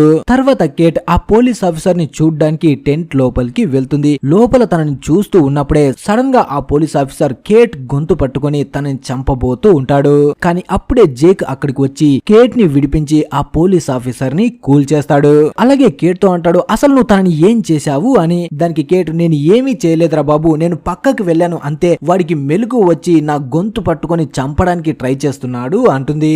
ఇప్పుడు పోలీస్ ఆఫీసర్ పరిస్థితి కూడా దారుణంగా మారుతుంది. తను నొప్పిని తట్టుకోలేక గట్టిగా అరుస్తూ ఉంటాడు. అప్పుడే కేట్ బయటకు వచ్చి జేక్ తో అంటుంది వీడు ఇలాగే అరుస్తూ ఉంటాడా, తొందరగా చనిపోతే ఆ వచ్చే పెయిన్ కూడా రాకుండా హ్యాపీగా ఉంటుంది కదా అంటుంది. ఆ మాట వినగానే జేక్ కి పిచ్చ కోపం వస్తుంది. కోపంతో తనతో అంటాడు వీడు చావడు, ఇలాగే బాధని భరిస్తూనే ఉంటాడు, 1 2 3 4 రోజులు కాదు, మొత్తం జీవితాంతం ఇలాగే ఉంటాడు అంటాడు. దానికి కేట్ అయితే వీడు చచ్చిపోవడానికి నువ్వే ఏదైనా చేయొచ్చు కదా అంటుంది. దాంతో ఇంకా కోపం వస్తుంది జేక్ కి. చూడు కేట్, నేను నీలా క్రిమినల్ ని కాదు, వాడి దగ్గర ఉన్న నీ ఫోటోని నేను చూసేశాను అంటాడు. ఆ మాట వినగానే కేట్ చాలా ఫీల్ అవుతుంది. ఇప్పుడు మళ్ళీ వర్షం స్టార్ట్ అవుతుంది. అందువల్ల అందరూ వాళ్ళు రెడీ చేసుకున్న షెల్టర్స్ లోకి వెళ్లిపోతారు. ఇప్పుడే మనకి మైకిల్ ఇంకా తన కొడుకు వాల్ట్ కనిపిస్తారు. కనిపిస్తాడు. మైకిల్ వాల్ట్ తో అంటాడు, నువ్వు ఎప్పుడు మాట్లాడుతూ ఉంటావు కదా, అతను ఎవరు అని. నిజానికి తను జాన్ గురించి అడుగుతాడు. అప్పుడే వాల్ట్, తన పేరు జాన్ లాక్, తను చాలా మంచివాడు, అలాగే తను నాకు ఒక సీక్రెట్ ని కూడా చెప్పాడు అంటాడు. అప్పుడు మైకిల్, సీక్రెటా, ఏం సీక్రెట్ చెప్పాడు అంటాడు. దానికి వాల్ట్, ఇక్కడ కొన్ని సంఘటనలు జరగబోతున్నాయి అని చెప్పాడు అంటాడు. అది వినగానే మైకిల్, వాడేదో తేడాగా కనిపిస్తున్నాడు, అందుకే ఇంకెప్పుడు వాడిని కలవకు అంటాడు. అలాగే నీకు నేను నాన్ననే కాదు దోస్తుని కూడా, నువ్వు నాతో మాట్లాడు, అంతేగాని వాడి దగ్గరికి మాత్రం అస్సలు వెళ్ళకు అంటాడు. అప్పుడు వాల్ట్ కోపంతో, నువ్వు నా దోస్తు అయితే ముందు మన డాగ్ ని వెతుకు అంటాడు. దానికి మైకిల్, ఈ వర్షం తగ్గగానే మొదటిగా నేను చేసే పని అదే, వెంటనే అడవిలోకి వెళ్లి దాన్ని వెతుకుతాను అంటాడు. ఇప్పుడు జరిగే విచిత్రం ఏంటంటే, తను ఆ మాట అన్నాడో లేదో సడన్ గా వర్షం ఆగిపోతుంది. దాంతో మనోడు ఇక తప్పనిసరిగా అడవిలోకి వెళ్లాల్సి వస్తుంది. అలా ఒక్కడే ఆ డాగ్ ని వెతుక్కుంటూ అడవిలోకి వస్తాడు. అలా అడవిలోకి వచ్చాక డాగ్ ను పిలుస్తూ ఉన్నప్పుడే సడన్ గా తనకి ఒక వింత సౌండ్ వినిపిస్తుంది. ఆ సౌండ్ ని చూస్తే ఏదో భయంకరమైనది తన పైకి వస్తున్నట్టు అనిపిస్తుంది. దాంతో మనోడికి చాలా భయం వేసి వెంటనే పరిగెట్టుకుంటూ బీచ్ దగ్గరికి వస్తూ ఉంటాడు. అలా వస్తూ ఉన్నప్పుడే సడన్ గా తను సనాని చూస్తాడు. సనా ఇప్పుడు స్నానం చేస్తూ ఉంటుంది. అలా సనాని మనోడు అదే పనిగా చూస్తున్నప్పుడు సనా కూడా వాడిని చూసిన షాక్ లో అలాగే ఫ్రీజ్ అయి ఉంటుంది. అప్పుడే మనోడు కొంతసేపటికి తేరుకొని సారీ నేనేం చూడలేదని అక్కడి నుంచి వెళ్ళిపోతాడు. తర్వాత జాన్ కనిపిస్తాడు. తను దేన్నో తయారు చేస్తూ ఉంటాడు. అప్పుడే చార్లీ తన దగ్గరికి వచ్చి, అసలు నువ్వు ఏం తయారు చేస్తున్నావు అంటాడు. దానికి జాన్, ఇది ఒక విజిల్ అంటాడు. జాన్ ఇక్కడ ఉన్న వాళ్ళకంటే చాలా తెలివైన వాడు. ఒక్కొక్కసారి వాళ్ళకి అర్థం కానివి కూడా చాలా చేస్తూ ఉంటాడు. అలాగే ఇప్పుడు తను ఈ విజిల్ తయారు చేయడానికి కూడా ఒక కారణం ఉంటుంది. ముందు ఆ కారణం ఏంటో మనమే తెలుసుకుందాం. తర్వాత పోలీస్ ఆఫీసర్ కనిపిస్తాడు. తను నొప్పిని తట్టుకోలేక గట్టిగా అరుస్తూ ఉంటాడు. అలాగే బీచ్ లో ఉన్న అందరూ కూడా ఆ వాయిస్ ను వింటూ వాళ్ళు కూడా చాలా కంగారు పడిపోతారు. ఎవరైనా ఇంతే కదా, ఒక మనిషి ప్రాణం పోలేక తల్లడిల్లుతూ ఉన్నప్పుడు ఆ మనిషిని చూసి కూడా చూడనట్టు ఎలా ఉంటారు. కానీ ఇప్పుడు వీళ్ళ చేతిలో ఏమీ లేదు కాబట్టి అందరూ కాముగా ఉంటారు. అప్పుడే సయద్ జేక్ దగ్గరికి వచ్చి, ఇతను పడుతున్న బాధ మిగతా వాళ్ళని చాలా కంగారు పెడుతుంది, ఇతను కాముగా ఉండడానికి నేను నీకు ఏదైనా హెల్ప్ చేయగలనా అంటాడు.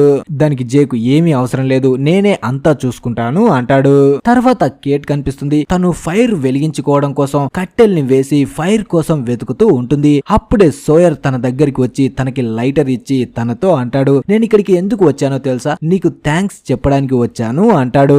అప్పుడు సోయర్, నువ్వు ఏమి అడగవా, ఎందుకని ఒకసారి అడగొచ్చు కదా అంటాడు. దానికి కేట్, ఎందుకు అంటుంది. అప్పుడు సోయర్, ఎందుకంటే ఆ గన్ కోసం, నువ్వు నా నుండి ఆ గన్ తీసుకొని మంచి పని చేశావు, లేదంటే ఈ ఆఫీసర్ ప్రాణాలు పోలేక గట్టిగా అరుస్తూ ఉంటే ఆ సౌండ్ వినలేక నేను అతన్ని చంపేసేవాన్ని అంటాడు. ఇప్పుడు గన్ నాతో లేదు, నీ దగ్గరే ఉంది అంటాడు. తర్వాత జేక్ టెంట్ లో ఆ ఆఫీసర్ దగ్గర ఉంటాడు. ఆ ఆఫీసర్ కి చాలా బ్లడ్ పోతూ ఉంటుంది. అలాగే తనకి అయిన గాయం దగ్గర ఇన్ఫెక్షన్ కూడా అవుతుంది. అంత నొప్పిలో కూడా ఆ ఆఫీసర్ జేక్ తో అంటాడు, నువ్వు ఎప్పుడు ఆ లేడీని అస్సలు నమ్మకు, తను చాలా డేంజర్, నువ్వు నమ్మావంటే నిన్ను నట్టేట్లా ముంచుతుంది, ఇక్కడ ఉన్న ఎవరినైనా నమ్ము కానీ తనని మాత్రం అస్సలు నమ్మకు అంటాడు. ఒకవేళ అందరం ఇక్కడ ఇరుక్కుపోయాం కదా అని నువ్వు తనని నమ్మావంటే ఇక్కడ ఉన్న అందరి ప్రాణాలని తీసేస్తుంది అంటాడు. తర్వాత జేక్ తో అంటాడు, నేను లాస్ట్ సారిగా ఆ లేడీతో మాట్లాడాలి, అది కూడా ఒంటరిగా అంటాడు. దాంతో జేక్ అనుకుంటాడు, ఇతను ఎలాగో చనిపోతున్నాడు కాబట్టి కేట్ ని తన దగ్గర మాట్లాడడానికి పంపిస్తాడు. అలాగే కేట్ ప్లేన్ లో ఉన్నప్పుడు ఆఫీసర్ తో అంటుంది, నా కోసం ఒక ఫేవర్ చేసి పెడతావా అని. కానీ ఆఫీసర్ దానికి సమాధానం చెప్పే లోపే ప్లేన్ క్రాష్ అవుతుంది. ఆ తర్వాత ఏం జరిగిందో మనకి బాగా తెలుసు. ఇప్పుడు కేట్ తన దగ్గరికి రాగానే ఆఫీసర్ తనతో అంటాడు, నువ్వు ఏదో ఫేవర్ అడిగావు కదా, అది ఏంటి అని. అప్పుడు కేట్, ఎవరైతే నన్ను పట్టించారో అతనికి రావాల్సిన పైసలు ఇచ్చేయండి అంటుంది. అలా కొంతసేపు కేట్ ఇంకా ఆఫీసర్ అలాగే మాట్లాడుకుంటూ ఉంటారు. టెంట్ బయట జేక్ ఇంకా హర్లీ వెయిట్ చేస్తూ ఉంటారు. అప్పుడే హర్లీ జేక్ తో అంటాడు, ఇప్పుడు లోపల ఉన్నవాడు పరిస్థితి ఏంటంటావు అని. దానికి జేక్, ఏమవుతుంది, ఇద్దరు మాట్లాడుతున్నారు అంటాడు. కానీ హర్లీ మార్నింగ్ కేట్ దగ్గర గన్ చూశాడు కాబట్టి అదే విషయాన్ని జేక్ కి చెప్తాడు. దాంతో జేక్, ఇంత ఆలస్యంగానేట్రా చెప్పేదని పరిగెట్టుకుంటూ టెంట్ దగ్గరికి వస్తాడు. కానీ తను టెంట్ దగ్గరికి వచ్చేలోపే కేట్ అక్కడి నుంచి వెళ్లిపోతూ ఉంటుంది. దాంతో తను రిలాక్స్ అవుతాడు. కానీ కేట్ వెళ్ళగానే సడన్ గా టెంట్ లోపల నుంచి గన్ సౌండ్ వినిపిస్తుంది. చూస్తుంటే ఆఫీసర్ తనకి తానుగా షూట్ చేసుకున్నాడు అనిపిస్తుంది. కానీ అదే టైంలో టెంట్ లోపల నుంచి సోయర్ బయటికి వస్తాడు. అప్పుడు జేక్, అసలు నువ్వు అతన్ని ఏం చేశావు అంటాడు. దానికి సోయర్, నువ్వు చేయలేందే డాక్టర్, అతను నన్ను ఫేవర్ సోయర్ అడిగాడు నొప్పి నుంచి తన బాధని తొలగించాలి అని, అందుకే నేను తనని షూట్ చేశాను అంటాడు. ఆ మాట వినగానే జేక్ కి పిచ్చ కోపం వస్తుంది. కానీ అసలు సమస్య ఏంటంటే తను షూట్ చేసినా కూడా ఆ పోలీస్ ఆఫీసర్ చనిపోడు, ఇంకా శ్వాస తీసుకుంటూనే ఉంటాడు. అలా వెంటనే పరిగెట్టుకుంటూ జేక్ టెంట్ లోపలికి వచ్చి అతనికి అయిన బుల్లెట్ గాయాన్ని చూసి సోయర్ తో అంటాడు అసలు నువ్వు ఇతన్ని ఇక్కడ షూట్ చేశావు అని. దానికి సోయర్ నేను హార్ట్ పైనే గురిపెట్టి షూట్ చేశాను అంటాడు. కానీ జేక్ మాత్రం నువ్వు మిస్ చేసావురా అయ్యా, హార్ట్ ని కాకుండా పక్కకు షూట్ చేశావు, ఇప్పుడు వీడు చనిపోవడానికి ఇంకా టైం పడుతుంది అంటాడు. ఆ మాట వినగానే సోయర్ కొంచెం షాక్ అవుతాడు. కోపంతో ఇప్పుడు నువ్వు ఏదోటి చెయ్యి అంటాడు. ఆ మాట వినగానే జేక్ కి ఇంకా కోపం వస్తుంది. నువ్వు ఇక్కడ నుంచి వెంటనే దొబ్బేరా నా కొడక అంటాడు. దాంతో వెంటనే సోయర్ టెంట్ లోపల నుంచి బయటికి వస్తాడు. కానీ ఆఫీసర్ చనిపోవడానికి టైం పడుతుంది కానీ గంటలైతే పట్టవు, కొంతసేపట్లోనే తను చనిపోతాడు. దాంతో జేక్ చాలా బాధతో టెంట్ లోపల నుంచి బయటికి వస్తాడు. ఎందుకంటే గడిచిన 3 రోజుల నుంచి తనని బతికించడానికి జేక్ చాలా ట్రై చేస్తాడు. కానీ ఆఖరికి తన చేతుల్లోనే ప్రాణం పోతుంది. తర్వాత మనం ఆ పోలీస్ ఆఫీసర్ ఇంకా కేట్ గురించి కొంచెం పాస్ట్ కి వెళ్లి తెలుసుకుందాం. ఇప్పుడు కేట్ ఆస్ట్రేలియాలో ఉంటుంది. తను ఒక రాత్రి అక్కడే సేఫ్ గా ఉండడం కోసం ఒక రైతు ఇంటి దగ్గరికి వెళ్తుంది. అప్పుడే ఆ రైతు తనని చూసి ఇక్కడేం చేస్తున్నావు నువ్వు అంటాడు. అప్పుడు కేట్ నేను ఒక టూరిస్ట్ ని, మొత్తం ప్రపంచాన్ని తిరుగుతున్నాను, కానీ ఇప్పుడు నా దగ్గర పైసలు అయిపోయాయి, అందుకే నేను ఇక్కడే ఉండాలనుకుంటున్నాను అంటుంది. అప్పుడే అతను కేట్ కి తినడానికి ఫుడ్ పెట్టి తనతో అంటాడు నువ్వు ఇక్కడే ఉండి నాకు వ్యవసాయం చేయడంలో హెల్ప్ చేశావు అంటే నీకు చాలా పైసలు ఇస్తాను, దాని సహాయంతో నువ్వు ఎక్కడికైనా వెళ్లిపోవచ్చు అంటాడు. దాంతో కేట్ కూడా ఒప్పుకుంటుంది. అలా కొన్ని నెలల పాటు అతని దగ్గరే ఉంటుంది. అప్పుడే అతను కేట్ పనిచేసినందుకు తనకి చాలా పైసలు ఇస్తాడు. దాంతో కేట్ అక్కడి నుంచి వెళ్లిపోవాలి అనుకుంటుంది. అప్పుడే అతను కేట్ దగ్గరకు వచ్చి తనని రైల్వే స్టేషన్ లో డ్రాప్ చేయడానికి వెళ్తుంటాడు. కానీ తను కేట్ ని మోసం చేసి పోలీసులకి పట్టించాలి అనుకుంటాడు. ఎందుకంటే అతను పోలీస్ స్టేషన్ కి వెళ్ళినప్పుడు వాంటెడ్ పోస్టర్ లో కేట్ ఫోటోని చూసి ఉంటాడు. తనని పట్టిస్తే చాలా పైసలు ఇస్తామని ఉంటుంది. అందుకే తనని మోసం చేసి కేట్ ని పోలీసులకి పట్టించాలి అనుకుంటాడు. వాళ్ళ కారు వెనకే ఆ పోలీస్ ఆఫీసర్ కూడా వస్తూ ఉంటాడు. అప్పుడు కేట్ కారులో నుంచి తప్పించుకోవడానికి ట్రై చేస్తుంది. దాంతో కారు తిరగబడిపోతుంది. ఈ యాక్సిడెంట్ లో ఆ కారులో ఉన్న అతనికి కూడా గాయాలవుతాయి. దాంతో అతన్ని కాపాడడం కోసం కారులో నుంచి బయటికి లాగుతూ ఉంటుంది. తను ఇలా చేస్తూ ఉన్నప్పుడే పోలీస్ ఆఫీసర్ తన కారు దగ్గరికి వచ్చి తనకి గన్ గురిపెట్టి తనని అరెస్ట్ చేస్తాడు. ఇప్పుడే మనకి తెలుస్తుంది ఆ పోలీస్ ఆఫీసర్ కేట్ ని ఎలా పట్టుకున్నాడో అని. కేట్ ని అయితే పట్టుకున్నాడని తెలిసింది కానీ తను ఏం చేసింది, తను అంత పెద్ద క్రిమినల్ ఎలా అయ్యింది అనేది మనం ముందు ముందు తెలుసుకుందాం. తర్వాత మళ్ళీ ప్రెజెంట్ కు వస్తే మనకి జాన్ కనిపిస్తాడు. తను ఆ అడవికి ఎదురుంగా కూర్చొని తను తయారు చేసిన ఆ విజల్ ని ఊదుతూ ఉంటాడు. అలా కొంతసేపటి తర్వాత ఆ విజల్ సౌండ్ విని వాటికి సంబంధించిన డాగ్ అడవిలోంచి బయటికి వస్తుంది. వెంటనే జాన్ డాగ్ ని పట్టుకొని ఒక చెట్టుకి కట్టేసి మైకిల్ దగ్గరికి వెళ్తాడు. ఇప్పుడు మైకిల్ తన కొడుకు వాట్ ఒక దగ్గర పడుకొని ఉంటారు. అప్పుడు జాన్ మైకిల్ ని ఒక్కనే లేపి తనతో అంటాడు వాటి గురించి నాకు మొత్తం తెలుసు, వాళ్ళమ్మ చనిపోయిన బాధలో ఉన్నాడు తను, ఇప్పుడు తనని నువ్వే అన్ని అయి చూసుకోవాలి, అందుకే తనకి ఇష్టమైన డాగ్ ని నేను ఒక దగ్గర కట్టేసి ఉంచాను, దాన్ని నువ్వు తీసుకువచ్చి ఇస్తేనే తన దృష్టిలో నువ్వు మంచివాడవుతావు, నిన్ను చాలా బాగా ప్రేమిస్తాడు అంటాడు. అది వినగానే మైకిల్ జాన్ కి థ్యాంక్స్ చెప్తాడు. తర్వాత జేక్ ఇంకా కేట్ కనిపిస్తారు. కేట్ జేక్ దగ్గరికి వచ్చి అసలు ఏం జరిగిందో తన లైఫ్ లో చెప్పాలి అనుకుంటుంది. అప్పుడు జేక్ తనని ఆపి చూడు కేట్, ఇంతకు ముందు మన లైఫ్ ఎలా ఉండేది, ఏం చేసేవాళ్ళం అనేది అనవసరం, క్రాష్ తర్వాత ఇక్కడ మనం ఎలా ఉన్నాం, ఇక నుంచి ఎలా బయటపడతాం అన్నదే ముఖ్యం అంటాడు. మనం ఇక్కడ ఈ ప్లేస్ లో ఇంత దారుణంగా ఇరుక్కుపోయామంటే మనం తర్వాత జీవితాన్ని గడపడానికి ఒక ఛాన్స్ దొరికింది అనుకోవాలి అంటాడు. అప్పుడు కేట్ కూడా తన మాటలు మొత్తం వింటూ కామ్ గా ఉంటుంది.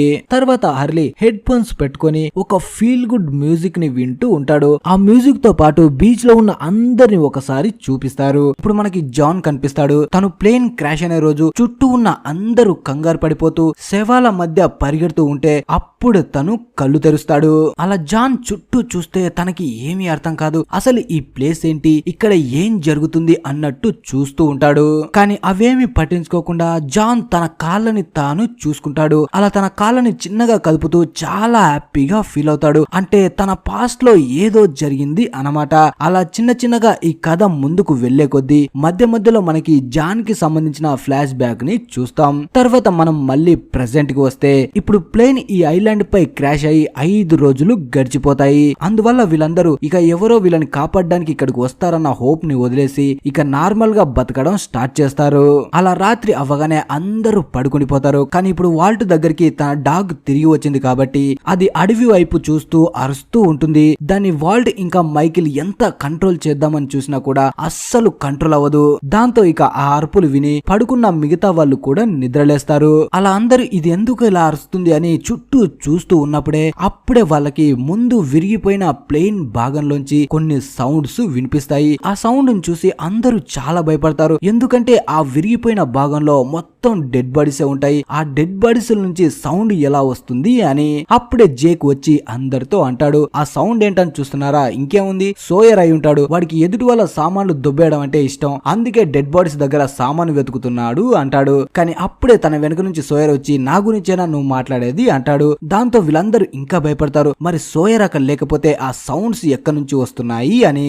అప్పుడే జేక్ ఇంకా సోయర్ ఇద్దరు కలిసి లైట్ తీసుకొని ఆ లోపల ఏముందో ఆ సౌండ్ ఏంటో చూడ్డానికి ముందుకు వస్తారు. అలా వాళ్ళు ముందుకు వెళ్తూ ఉంటే వెనక ఉన్న అందరూ భయంతో ఉంటారు. ఎందుకంటే ఈ ఐలాండ్ పై క్రాష్ అయిన దగ్గర నుంచి అడవిలో ఏదో ఉన్నట్టు వాళ్ళకి సౌండ్స్ వినిపిస్తున్నాయి కాబట్టి ఇంకా భయంతో ఉంటారు. అలా జేక్ వాళ్ళు ముందుకు రాగానే వాళ్ళకి అడవి జంతువులు లోపల ఉన్నట్టు అనిపిస్తుంది. వీళ్ళు సరిగ్గా చూడరు కానీ మెల్లమెల్లగా దాని దగ్గరికి వెళ్తూ ఉంటే అప్పుడే లోపల ఉన్న ఆ అడవి జంతువులు మొత్తం బయటకు వస్తాయి. దాంతో అందరూ భయపడతారు. కానీ అవి మాత్రం వీళ్ళపై అటాక్ చేయకుండా అడవిలోకి పారిపోతాయి. అప్పుడే జాన్ అందరితో అంటాడు, ఇవి అడవి జంతువులు, అక్కడ ఉన్న డెడ్ బాడీస్ ని తినడానికి వచ్చాయి అంటాడు.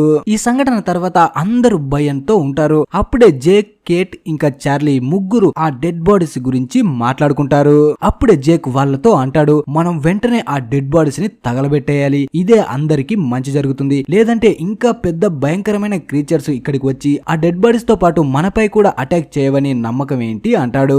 కానీ మిగతా వాళ్ళు తన మాటల్ని ఒప్పుకోరు. అక్కడ మొత్తం 20 డెడ్ బాడీస్ ఉన్నాయి. ఒకరొకరు ఒక రిలీజియన్ కి సంబంధించిన వాళ్ళు. వాళ్ళందరినీ ఒకే దగ్గరేసి ఎలా తగలబెడతాం అంటాడు. దానికి జేక్, దాని వల్ల ఇప్పుడు ఎవరికి ఉపయోగం? మనం ఇప్పుడు వాళ్ళ రిలీజియన్ ఏంటి అని వెతుక్కుంటూ కూర్చుంటే చాలా టైం పడుతుంది. అప్పటి వరకు ఆ డెడ్ బాడీస్ ఇక్కడే ఉంటే మనం బతకడం కష్టం అంటాడు. అలాగే ఆ అడవి జంతువులు పీక్కు తినడం కంటే మనం తగలబెట్టడమే బెటర్. మనం ఈ పనిని రేపు సాయంత్రం చేద్దాం అంటాడు. అలా జేక్ అక్కడ నుంచి వెళ్లిపోయిన తర్వాత చార్లీ సయద్ తో అంటాడు, ఒకవేళ డెడ్ బాడీస్ ని తగలబెట్టాలి అంటే రేపు మార్నింగే తగలబెట్టొచ్చు కదా, ఈవినింగే ఎందుకు తగలబెట్టాలి అని. దానికి సయద్, ఎందుకంటే రేపు ఈవినింగ్ పెద్దగా మంట పెట్టి ఆ శవాలని తగలబెడుతూ ఉంటే దూరం ఉన్న వాళ్ళకి కూడా ఆ ఫైర్ కనిపిస్తుందని అంటాడు. తర్వాత మార్నింగ్ సయ్యద్ ఒక డివైస్ ని రెడీ చేస్తూ ఉంటాడు. అప్పుడే తన దగ్గరికి కేట్ వచ్చి, నువ్వు ఏం తయారు చేస్తున్నావు అంటుంది. దానికి సయ్యద్, ఈసారి నేను రేడియోని కాదు తయారు చేసేది, ఒక యాంటీనాని తయారు చేస్తున్నాను. దీని సహాయంతో మనం కొండపై విన్న సిగ్నల్ ఎక్కడి నుంచి వస్తుందో ట్రాక్ చేస్తాను. అప్పుడే మనకి దాన్ని ఎవరు పంపిస్తున్నారు, ఏ ప్లేస్ నుంచి వస్తుందో మనకు తెలుస్తుంది అంటాడు. ఒకవేళ మనకి ఆ మెసేజ్ ఇంకా వినిపిస్తూ ఉందంటే అక్కడ ఎనర్జీకి సంబంధించిన ఏదో ఒక సోర్స్ ఉంటుంది. అది ఉంటే మనం ఇక్కడ నుంచి తప్పించుకోవడం చాలా సింపుల్ అంటాడు. ఒకవేళ మనం దాన్ని ట్రాక్ చేయడం ఎందుకు, మనమే డైరెక్ట్ గా సిగ్నల్ పంపొచ్చు కదా నువ్వంటే. అది చాలా కష్టం. ఒక సిగ్నల్ ఇక్కడ నుంచి ట్రాన్స్మిట్ అవుతూ ఉన్నప్పుడు అప్పుడే మనం సిగ్నల్ ని పంపిస్తే మనం కాంటాక్ట్ అవ్వలేం. ఎలాగైనా ఆ సిగ్నల్ ఎక్కడి నుంచి వస్తుందో కనిపెట్టి దాన్ని ఆఫ్ చేస్తేనే మనం కొత్తగా సిగ్నల్ ని పంపించగలం అంటాడు.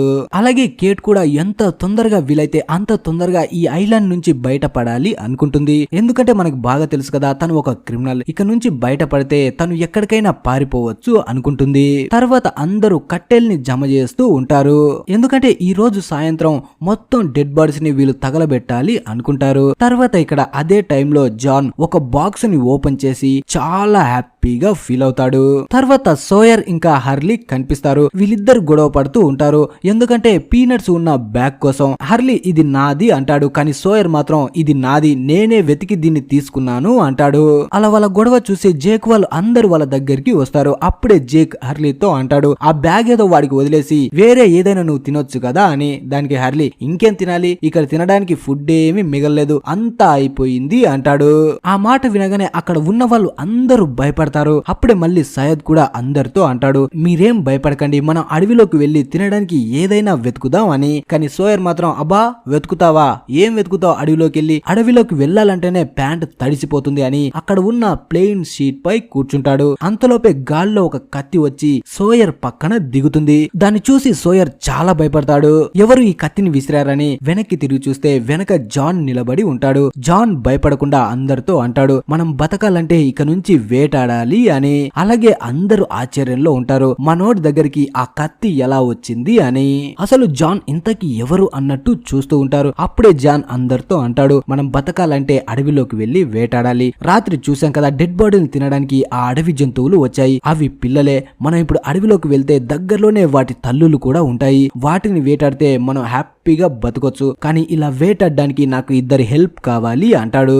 అప్పుడే సోయర్, ఓకే నువ్వు అన్నట్టే వేటాడదాం, కానీ ఈ చిన్న కత్తితో మనం దేన్నని వేటాడతాం అంటాడు. అప్పుడే జాన్ వెంటనే అక్కడ ఉన్న బాక్స్ ని ఓపెన్ చేస్తాడు. ఆ బాక్స్ లో అన్ని రకాల కత్తులు ఉంటాయి. వాటిని చూడగానే అందరూ షాక్ అవుతారు. అప్పుడే అర్లీ అంటాడు, అసలు ఇతను ఎవరు అని. అలాగే వాళ్ళలో కొందరు మనోడు వేటగాడై ఉంటాడు, లేకపోతే ఆర్మీలోనైనా వర్క్ చేసి ఉండొచ్చు, అందుకే ఇంత ధైర్యంగా ఉన్నాడు అనుకుంటారు. కానీ జాన్ కి సంబంధించిన అసలు కథ ఏంటనేది మనకి ముందు ముందు తెలుస్తుంది. ఆ తర్వాత జాన్ తో కలిసి కేట్ ఇంకా మైకిల్ వేటాడడానికి వెళ్ళాలి అనుకుంటారు. అప్పుడే కేట్ ఇంకా జేక్ ఇద్దరు నడుచుకుంటూ అడవిలోకి వెళ్తూ ఉన్నప్పుడే జేక్ కేట్ తో అంటాడు, నీకు అడవిలోకి వెళ్దాం అనడమే ఆలస్యం కదా, వెంటనే రెడీ అయిపోతావు అంటాడు. దానికి కేట్, నాకు అడవిలోకి వెళ్ళడం అంత ఇష్టం కాదు, నేను ఇప్పుడు కూడా నా కోసం వెళ్ళడం లేదు. సయ్యద్ నాకు ఒక డివైస్ ని ఇచ్చాడు, దాన్ని ఎత్తైన చెట్టుకి ఫిక్స్ చేయాలి, దాని ద్వారా మనకి సిగ్నల్ దొరుకుతుందంట అంటుంది. ఇప్పుడు మైకిల్ కూడా అడవిలోకి వెళ్తున్నాడు కాబట్టి తన కొడుకుని సనా దగ్గరికి తీసుకువెళ్లి తను తిరిగి వచ్చే వరకు తన కొడుకుని జాగ్రత్తగా చూసుకోమని చెప్తాడు. మైకిల్ ఇంగ్లీష్ లో చెప్తూ ఉంటే ఒక్క ముక్క కూడా సనాకి అర్థం కాదు, కానీ తన సైగల్ చూసే సనా అర్థం చేసుకుంటుంది. తర్వాత మిగిలిన వాళ్ళు ఆ ఫ్యూజలేజ్ నుంచి మొత్తం సామాన్ని బయటికి తీస్తూ ఉంటారు, కానీ డెడ్ బాడీస్ మాత్రం అక్కడే వదిలేస్తారు. కానీ అప్పుడే అక్కడ చనిపోయిన వాళ్ళకి సంబంధించిన కొన్ని ఫోటోస్ క్లేర్ కి దొరుకుతాయి. దాన్ని జేక్ కు చూపిస్తూ, వీళ్ళైతే ఎలాగో చనిపోయారు కాబట్టి వీళ్ళకి సంబంధించిన కొన్ని గుర్తులైనా మనం దగ్గర పెట్టుకుందాం అంటుంది. దానికి జేక్, చూడు క్లేర్, నాకు ఇలాంటివి అస్సలు నచ్చవు, అంత టైం కూడా నా దగ్గర లేదు, నువ్వు పెట్టుకోవాలంటే పెట్టుకో అంటాడు. అప్పుడే బూన్ కూడా కట్టెల్ని ఒక దగ్గరికి వేస్తూ ఉంటాడు. అప్పుడే బూన్ దూరంగా కూర్చొని ఉన్న ఒక లేడీని జేక్ కి చూపిస్తూ, ఆ లేడీ 2 రోజుల నుంచి అక్కడే కూర్చొని ఉంది, నేను ఎంత పిలుస్తున్నా రావడం లేదు, ఏది కూడా తను తినలేదు, నువ్వు ఒకసారి వెళ్లి తనతో మాట్లాడి ఇక్కడికి తీసుకురా అంటాడు. దానికి జేక్, నేను డాక్టర్ని, సైకాట్రిస్ట్ ని కాదు, అయినా ఈ విషయం నాకెందుకు చెప్తున్నావు అంటాడు. దానికి బూన్, ఎందుకంటే నువ్వే తన ప్రాణాల్ని కాపాడావు, ఇప్పుడు నువ్వే వెళ్లి మాట్లాడితే బాగుంటుంది అంటాడు. ఆ తర్వాత బూన్ షానన్ దగ్గరికి వచ్చి, ఇక్కడ అందరూ పని చేస్తున్నారు, వాళ్ళతో వెళ్లి నువ్వు పని చెయ్యి, ఇక్కడ ఫుడ్ కూడా అయిపోయింది, ఫుడ్ తినాలంటే మనం అందరం కలిసి వర్క్ చేయాలి అంటాడు. కానీ షానన్ తనపై కోపడుతుంది, నేను ఏమీ వర్క్ చేయను, మీ ఫుడ్ కూడా నాకు అవసరం లేదు, ఇక్కడ ఉన్న సముద్రంలో చాలా చేపలు ఉన్నాయి, వాటిని వేటాడి తింటాను అంటుంది. దానికి బూన్ చిన్నగా నవ్వుకొని, నువ్వు వేటాడతావా, అంత సీన్ లేదు నీకు అంటాడు. తర్వాత జేక్ ఒక బ్లాంకెట్ ని ఇక వాటర్ ని తీసుకొని రోజ్ దగ్గరికి వెళ్తాడు. తన దగ్గరికి వెళ్లి అంటాడు, నువ్వు నన్ను గుర్తుపట్టావా, క్రాష్ జరగడానికి ముందు కూడా నేను నీతో మాట్లాడాను, నువ్వేం కంగారు పడకు, అంత మంచి జరుగుతుందని చెప్పాను అంటాడు. కానీ రోజ్ మాత్రం ఏమీ మాట్లాడకుండా కామ్ గా కూర్చొని సముద్రాన్ని చూస్తూ ఉంటుంది. దాంతో ఇక జేక్ కూడా అక్కడే కొంతసేపు కూర్చుంటాడు. తర్వాత షానన్ చార్లీ దగ్గరికి వెళ్లి, అలా మనం నడుచుకుంటూ కొంత దూరం వెళ్దామా అంటుంది. అలా షానన్ పిలవగానే మనోడు కూడా దానికోసమే వెయిట్ చేస్తున్నాడు కాబట్టి వెంటనే పాప వెంట వెళ్లిపోతాడు. అలా వెళ్తూ ఉన్నప్పుడే షానన్, నీకు చేపలు పట్టడం వచ్చా అంటుంది. ఆ మాట వినగానే చార్లీ రెచ్చిపోయి మాట్లాడతాడు, చేపలు పట్టడం వచ్చా అంటున్నావా, నేను చిన్నప్పుడు చేపలు పడుతూనే పెరిగాను, నేను మా తాతతో ఉన్నప్పుడు నన్ను ఎప్పుడు చేపలు పట్టడానికి తీసుకువెళ్తూ ఉండేవాడు, ఎందుకంటే నేనే ఎక్కువ చేపలు పట్టేవాడిని అంటాడు. మనమే డబ్బా రాయిల్లా అనుకుంటే మనకంటే ఎక్కువ డబ్బా రాయిల్లా కనిపిస్తాడు. అలా షానన్ మాటలు విని చేపలు పట్టడానికి అయితే వెళ్తాడు, కానీ మనోడి వల్ల అస్సలు అవ్వదు. దాంతో హర్లీ హెల్ప్ తీసుకుంటాడు. అలా ఇద్దరు కలిసి సముద్రం ఒడ్డున చేపలు పడ్డానికి నానా తంటాలు పడుతూ ఉంటారు. తర్వాత మనకి అడవిలోకి వేటాడడానికి వెళ్లిన వాళ్ళు కనిపిస్తారు. అలా కేట్ వాళ్ళు చాలా దూరం వచ్చిన తర్వాత అప్పుడే జాన్ కి దగ్గరలో ఆ అడవి జంతువులు ఉన్నట్టు అనిపిస్తుంది. అందుకే కేట్ తో మైకిల్ తో అంటాడు, మీరు ఏం సౌండ్ చేయకండి, దగ్గరలోనే అవి ఉన్నట్టు గుర్తులు ఉన్నాయి అంటాడు. అలా అంతా చెప్పిన మైకిల్ వినకుండా సౌండ్ చేస్తాడు. అప్పుడే ఆ అడవి పంది ఆ సౌండ్ వినగానే డైరెక్ట్ గా వీళ్ళపైకి వస్తుంది. అలా అది పారిపోతున్న టైంలో మైకిల్ కాలిని గాయపరుస్తుంది. అలాగే జాన్ ఇంకా కేట్ కూడా కింద పడిపోతారు. అలా కొంతసేపటి తర్వాత జాన్ కి మెలకు వస్తుంది. అప్పుడే కేట్ మైకిల్ కి హెల్ప్ చేయడానికి వెళ్తుంది. అలాగే జాన్ తో అంటుంది, నువ్వు బాగానే ఉన్నావా అని. దానికి జాన్, నేను బాగానే ఉన్నాను ఏలెన్ అంటాడు. ఆ మాట వినగానే కేట్ షాక్ అవుతుంది. అసలు నన్ను నువ్వు ఏలెన్ అని ఎందుకు పిలిచావు అంటుంది. కానీ జాన్ మాత్రం ఎలాంటి సమాధానం చెప్పడు. అప్పుడే కేట్ మైకిల్ కాలిని బ్లడ్ పోకుండా గట్టిగా కడుతుంది. అలాగే జాన్ తో అంటుంది, మనం ఇతన్ని వెంటనే బీచ్ దగ్గరికి తీసుకువెళ్ళాలి అంటుంది. దానికి జాన్, సరే నువ్వు ఒక్కదానివే ఇతన్ని వెనక్కి తీసుకువెళ్ళు, నేను ఆ అడవి పందిని వేటాడి వేటాడి తిరిగి వస్తాను అంటాడు. కానీ కేట్ మాత్రం ఒంటరిగా నువ్వు వెళ్లకు, నీకు ప్రమాదం జరుగుతుందని చెప్పడానికి చాలా ట్రై చేస్తుంది. అయినా జాన్ అస్సలు వినకుండా కోపంతో తనతో అంటాడు, నేను ఏం చేస్తానో ఏం చెయ్యనో అనేది నువ్వు నాకు చెప్పకు అని. ఒక్కడే అక్కడ నుంచి ఆ అడవి పందిని వేటాడడానికి అడవిలోకి వెళ్లిపోతాడు. తర్వాత కేట్ మైకిల్ ని తీసుకొని బీచ్ దగ్గరికి వస్తూ ఉంటుంది. అలా వస్తూ ఉన్నప్పుడే ఒక పెద్ద చెట్టు దగ్గర ఆగి మైకిల్ తో అంటుంది, నా దగ్గర ఉన్న యాంటీనాని ఆ చెట్టుపై పెడతాను, నువ్వు ఇక్కడే రెస్ట్ తీసుకో అని. వెంటనే ఆ చెట్టు పైకి ఎక్కుతుంది. కానీ అలా తను పైకి ఎక్కగానే మళ్ళీ ఆ భయంకరమైన సౌండ్స్ అడవిలోంచి వస్తాయి. ఆ సౌండ్ వల్ల కేట్ కూడా భయపడుతుంది. దానివల్ల తన చేతిలో ఉన్న యాంటీనా చెట్టుపై నుంచి కింద పడి విరిగిపోతుంది. అప్పుడే చెట్టు పైన ఉన్న కేట్ అడవిలోకి చూస్తూ అనుకుంటుంది, ఎటువైపు అయితే జాన్ వెళ్ళాడో ఈ భయంకరమైన సౌండ్ అటుపక్క నుంచే వస్తుంది. అంటే అది ఏదో భయంకరమైన క్రీచర్ జాన్ పై అటాక్ చేసి చంపేస్తుంది అనుకుంటుంది. తర్వాత మనకి జాన్ కనిపిస్తాడు. ఒక్కడే ఆ అడవి పందిని వేటాడడానికి అడవిలో వెళ్తూ ఉన్నప్పుడే తన ముందే ఆ భయంకరమైన క్రీచర్ కనిపిస్తుంది. మనం చూసే వాళ్ళకైతే ఆ క్రీచర్ కనిపించదు, కానీ జాన్ కి మాత్రం ఆ భయంకరమైన క్రీచర్ కనిపిస్తుంది. తన మొహంలో దాన్ని చూసిన భయం అలాగే మనకి కనిపిస్తుంది. తర్వాత బీచ్ లో ఉన్న క్లేర్ కనిపిస్తుంది. తనతో పాటు కొంతమంది కలిసి చనిపోయిన వాళ్ళ లగేజ్ ని చెక్ చేస్తూ ఉంటారు. దాని సహాయంతో చనిపోయిన వాళ్ళ పేర్లు తెలుసుకోవచ్చు అని. అందులో క్లేర్ కి ఒక లెటర్ దొరుకుతుంది. ఆ లెటర్ సయ్యద్ కి సంబంధించింది అయి ఉంటుంది. వెంటనే దాన్ని సయ్యద్ కి ఇవ్వగానే దాన్ని చూసి సయ్యద్ చాలా ఎమోషనల్ అవుతాడు. అలా లెటర్ ని ఓపెన్ చేయగానే అందులో ఒక లేడీకి సంబంధించిన ఫోటో కనిపిస్తుంది. ఆ ఫోటోలో ఉన్నది ఎవరు, తనకి సయ్యద్ కి సంబంధం ఏంటి అనేది మనం ముందు ముందు తెలుసుకుందాం. తర్వాత జేక్ ఇంకా రోజ్ కనిపిస్తారు. సాయంత్రం అవుతున్నా సరే ఇద్దరు అక్కడే కూర్చొని ఉంటారు. ఇప్పుడే రోజ్ జేక్ తో మాట్లాడుతూ, డాక్టర్ నువ్వు చెప్పిన మాట ఇప్పుడు నిలబెట్టుకోవాల్సిన అవసరం లేదు అంటుంది. దానికి జేక్ నేనేం మాట చెప్పాను అంటాడు. అప్పుడు రోజ్ ప్లేన్ క్రాష్ అవ్వక ముందు ప్లేన్ లో ఉన్నప్పుడు నువ్వు నాతో ఒక మాట చెప్పావు, నీ భర్త తిరిగి రాకపోయినా సరే నీకు తోడుగా నేనుంటాను అని. ఇప్పుడు నువ్వు నీ మాట నిలబెట్టుకోవాల్సిన పని లేదు, ఎందుకంటే నేను ఇప్పుడు అన్ని మర్చిపోవాలనుకుంటున్నాను అంటుంది.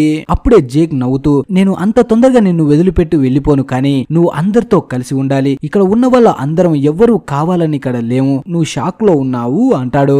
దానికి నేనంటే షాక్ లో ఉన్నాను, మరి ఇక్కడ ఉన్న వాళ్ళు అందరూ షాక్ లోనే ఉన్నారా, మనకి ఏమైంది, మనని ఎవరు ఎందుకు కాంటాక్ట్ అవ్వలేకపోతున్నారు. అలాగే రోజ్ ఇంకో మాట కూడా చెప్తుంది, నీలో మంచితనం ఉంది, అందరినీ బాగా చూసుకుంటావు, అందుకే నువ్వు డాక్టర్ కూడా అయ్యావు అంటుంది. అప్పుడే జేక్ నేను చిన్నప్పటి నుంచి ఇంతే, మా ఫ్యామిలీ మొత్తం ఇలాగే ఉండేవాళ్ళు అంటాడు. అలాగే ఇప్పుడు మొత్తం డెడ్ బాడీస్ ని మేము తగలబెట్టబోతున్నాం, నువ్వు మీ ఆయన్ని గుర్తు చేసుకొని ఏదైనా చెప్పాలనుకుంటే చెప్పు అంటాడు. దానికి రోజ్ నా హస్బెండ్ చనిపోలేదు, తను తప్పకుండా నా కోసం తిరిగి వస్తాడు అంటుంది. దానికి జేక్ తను వెళ్ళిన ప్లేస్ మొత్తం క్రాష్ అయిపోయింది, అక్కడ ఉన్న వాళ్ళు ఒక్కరు కూడా ప్రాణాలతో లేరు, మీ ఆయన బతికున్నాడని నేను అనుకోను అంటాడు. అప్పుడు రోజ్ తను కూడా మన గురించి ఇలాగే అనుకుంటుండొచ్చు కదా అంటుంది. తర్వాత కేట్ గాయపడిన మైకిల్ ని తీసుకుని బీచ్ దగ్గరికి వస్తుంది. తనని చూడగానే సోయర్ తనపై కామెడీ చేస్తూ ఉంటాడు. వచ్చిందండి ఒయ్యారి, పెద్ద వేటాడతామని వెళ్లారు కదా, మరి వేటాడి ఏం తీసుకొచ్చారు అంటాడు. తర్వాత చార్లీ చాలా కష్టపడి ఒక చేపని పట్టుకొని షానన్ దగ్గరికి వస్తాడు. అప్పుడే షానన్ దాన్ని బూన్ కి ఇచ్చి, చూసావు కదా నేను బెట్టు గెలిచాను, నాతో పందెం వేస్తావా, నేను చేపని పట్టాను అంటుంది. దానికి బూన్ నువ్వు సొంతంగా చేయాలి, కానీ చార్లీని అడ్డు పెట్టుకొని నువ్వు చేపని పట్టావు, నువ్వు ఈ బెట్టును ఓడిపోయావు అంటాడు. చార్లీకి మాత్రం ఏమీ అర్థం కాదు, ఈ బెట్ ఏంటి, నన్ను వాడుకోవడం ఏంటి అన్నట్టు చూస్తూ ఉంటాడు. అప్పుడే బూనట్, షానన్ గురించి నీకు పూర్తిగా తెలీదురా అబ్బాయి, తను అవసరం కోసం ఎవరినైనా వాడుకుంటుంది అని ఆ ఫిష్ ని తీసుకుని ఇద్దరు అక్కడి నుంచి వెళ్లిపోతారు. ఆ మాట వినగానే చార్లీ చాలా ఫీల్ అవుతాడు, అలాగే కోపం కూడా వస్తుంది తనకి. తర్వాత కేట్ సయ్యద్ దగ్గరికి వెళ్లి తను ఇచ్చిన యాంటీనా విరిగిపోయిందని చెప్తుంది. ఆ మాట వినగానే సయ్యద్ కి చాలా కోపం వస్తుంది. అలాగే కేట్ తో అంటాడు, ఇప్పుడు దాన్ని బాగు చేయడానికి ఎలాంటి టూల్స్ కూడా మన దగ్గర లేవు అంటాడు. కానీ కేట్ మాత్రం తనని కూల్ చేస్తూ, మనం మళ్ళీ ట్రై చేద్దాం, అంతేకాని కోపడ్డం వల్ల ఇక్కడ పనులేవి జరిగిపోవు కదా అంటుంది. తర్వాత ఇక్కడ జేక్ రోజ్ తో మాట్లాడుతూ ఉన్నప్పుడే తనకి దూరంగా ఒక వ్యక్తి కనిపిస్తాడు. ఆ వ్యక్తి తనలాగే ఉంటాడు, అంటే తనని తాను అక్కడ ఊహించుకుంటున్నాను అనుకుంటాడు. తర్వాత కేట్ జేక్ దగ్గరికి వస్తుంది. అలాగే మొత్తం అన్ని విషయాలు చెప్తుంది. జాన్ ఒక్కడే అడవిలోకి వెళ్లిపోయాడు అని, అలాగే తను ఎటువైపు వెళ్ళాడో అటువైపే నాకు ఆ పెద్ద క్రీచర్ కూడా వెళ్తున్నట్టు అనిపించింది, అంటే నాకు తెలిసి తను ఇంకా ప్రాణాలతో లేడు అంటుంది. అది విని జేక్ కూడా చాలా ఫీల్ అవుతాడు. అప్పుడే సడన్ గా మళ్ళీ జేక్ కి ఆ సూట్ వేసుకున్న వ్యక్తి కనిపిస్తాడు. దాంతో తను పరిగెట్టుకుంటూ ఆ అడవిలోకి వెళ్తాడు. కేట్ కూడా తన వెనకే పరిగెట్టుకుంటూ వస్తుంది. అప్పుడు జేక్ కి అక్కడ సూట్ వేసుకున్న ఎవ్వరు కనిపించరు, కానీ జాన్ మాత్రం కనిపిస్తాడు. తను చాలా కష్టపడి అడవి పందిని వేటాడి లాక్కుంటూ బీచ్ వరకు వస్తూ ఉంటాడు. అలా సేఫ్ గా వచ్చిన జాన్ ని చూసి కేట్ వాళ్ళు చాలా హ్యాపీ హ్యాపీగా ఫీల్ అవుతారు. కానీ జేక్ కి మాత్రం అసలు ఆ సూట్ వేసుకున్న వ్యక్తి తనకి ఎందుకు కనిపిస్తున్నాడో అని అర్థం కాదు. తర్వాత మనకి జాన్ కి సంబంధించిన కొంచెం ఫ్లాష్ బ్యాక్ ని చూపిస్తారు. మనం ఇప్పుడు జాన్ ని చూస్తూ ఉంటే అంత ధైర్యంగా ఉన్నాడు కాబట్టి ఏదో రిటైర్ అయిన సోల్జర్ అనుకుంటాం. కానీ నిజానికి తను ఒక కంపెనీలో వర్క్ చేస్తూ ఉంటాడు. ఎప్పుడు తన ఓనర్ తనపై కామెడీ చేస్తూ జాన్ ని ఆట పట్టిస్తూ ఉంటాడు. ఎందుకంటే జాన్ కి ఎవ్వరూ ఉండరు కాబట్టి. అందుకే జాన్ ఒక నిర్ణయం తీసుకుంటాడు. తను ఆస్ట్రేలియాలో ఉన్న పెద్ద అడవిలోకి వెళ్లి నేచర్ ని ఎంజాయ్ చెయ్యాలి అనుకుంటాడు. అలాగే ఎప్పుడు జాన్ నేచర్ గురించే మాట్లాడుతూ ఉంటాడు. ఇవే కాకుండా జాన్ కి ఒక లేడీతో సంబంధం ఉంటుంది. నిజానికి ఆ లేడీ ఒక ప్రాస్టిట్యూట్ అయి ఉంటుంది. అందుకే జాన్ అన్ని వదిలేసి ఆ లేడీని కూడా తనతో పాటు అడవిలోకి రమ్మని అంటాడు. ఈ లేడీ పేరు హెలెన్. హెలెన్ తనతో పాటు రావడానికి ఒప్పుకోదు. అలాగే జాన్ తో అంటుంది, నువ్వు అడవిలోకి వెళ్లి ఏమీ చేయలేవు, అందుకే నువ్వు కూడా వెళ్ళడం మానుకో అంటుంది. ఆ మాట వినగానే జాన్ కి పిచ్చ కోపం వస్తుంది. నేను ఏం చేస్తానో ఏం చెయ్యనో నువ్వు చెప్పాల్సిన అవసరం లేదు, నాకు తెలుసు అని ఫోన్ ని కట్ చేస్తాడు. అలా కొన్ని నెలల తర్వాత తను ఆస్ట్రేలియాకి వస్తాడు. అలా జాన్ ఒక టూర్ గైడ్ దగ్గరికి వెళ్లి నేను వైల్డ్ ట్రిప్ కోసం అడవిలోకి వెళ్ళాలనుకుంటున్నాను అంటాడు. కానీ ఆ టూర్ గైడ్ మాత్రం ఇదంతా అస్సలు కుదరదు, నిన్ను పంపించడం జరగదు అంటాడు. దాంతో జాన్ తనని చాలా రిక్వెస్ట్ చేస్తాడు, ప్లీజ్ నన్ను వెళ్ళనివ్వండి, నా జీవితంలో ఇదొక్కటే కోరిక ఉంది, నేను అక్కడికి వెళ్లి ఆ అడవిలో జీవితాన్ని గడపాలనుకుంటున్నాను అంటాడు. దానికి ఆ టూర్ గైడ్, మమ్మల్ని క్షమించండి సార్, మీరున్న పరిస్థితిలో మీ ఫిజికల్ కండిషన్ వల్ల మిమ్మల్ని ఒంటరిగా అడవిలోకి పంపించలేం అంటాడు. అప్పుడే మనకి ఇంకో ఆశ్చర్యకరమైన విషయం తెలుస్తుంది. అదేంటంటే జాన్ వీల్ చైర్ లో ఉంటాడు. నిజానికి తనకి 2 కాళ్ళు పనిచేయవు. అలా తన ఫిజికల్ కండిషన్ గురించి ఆ టూర్ గైడ్ మాట్లాడడంతో జాన్ కి పిచ్చ కోపం వస్తుంది. నువ్వెవరా నాకు చెప్పడానికి, నేను ఏం చేస్తానో ఏం చేయకూడదో నువ్వు నాకు చెప్పాల్సిన అవసరం లేదు అంటాడు. అలా చెబుతూనే జాన్ కళ్ళల్లో నీళ్లు తిరుగుతాయి. ఇప్పుడే మనకి అర్థమవుతుంది ఆ ఐలాండ్ లో వీళ్ళు క్రాష్ అయిన తర్వాత జాన్ ఫస్ట్ గా మెలకువలోకి రాగానే తన కాళ్ళ వైపు ఎందుకు చూసుకున్నాడో అని. క్రాష్ అవడానికి ముందు తనకి 2 కాళ్ళు పనిచేయవు, కానీ ఈ ఐలాండ్ పైకి వచ్చిన తర్వాత తనకి 2 కాళ్ళు తిరిగి వస్తాయి. అందుకే తను తన కాళ్ళను చూసుకొని చాలా హ్యాపీగా ఫీల్ అవుతాడు. ఇంతకు ముందు తన జీవితంలో తనకి ఎవ్వరూ రెస్పెక్ట్ ఇచ్చేవాళ్ళు కాదు, తన కాళ్ళని చూసి ఎగతాళి చేసేవాళ్ళు. కానీ ఈ ఐలాండ్ తనకి కొత్త జీవితాన్ని ఇచ్చింది. ఇక్కడ తనని అడిగే వాళ్ళు లేరు, తిట్టే వాళ్ళు లేరు, ఆర్డర్ వేసే వాళ్ళు కూడా లేరు. ఇప్పుడు తన సొంత కాళ్ళ పైన తను ఏమనుకున్నాడో ఏం చెయ్యాలనుకున్నాడో హ్యాపీగా చేయగలుగుతాడు. తర్వాత మళ్ళీ ప్రెజెంట్ కి వస్తే ఇక్కడ ఉన్న అందరూ డెడ్ బాడీస్ ని మొత్తం వాళ్ళు తెచ్చిన కట్టెలపై వేసి మొత్తాన్ని తగలబెడతారు. అలా కాలిపోతున్న డెడ్ బాడీలను చూస్తూ క్లేర్ వాళ్ళ పేర్లను చదువుతూ ఉంటుంది. అంటే వాళ్ళని లాస్ట్ సారిగా గుర్తు చేసుకుంటున్నారు అన్నమాట. జేక్ మాత్రం వీళ్ళందరికి దూరంగా ఒక్కడే కూర్చొని ఉంటాడు. అప్పుడే మైకిల్ జాన్ దగ్గరికి వెళ్లి, నువ్వు చాలా మంచి పని చేశావు, ఇక్కడ అందరికి ఫుడ్ తీసుకువచ్చావు, అందరూ నిన్ను పొగుడుతున్నారు అంటాడు.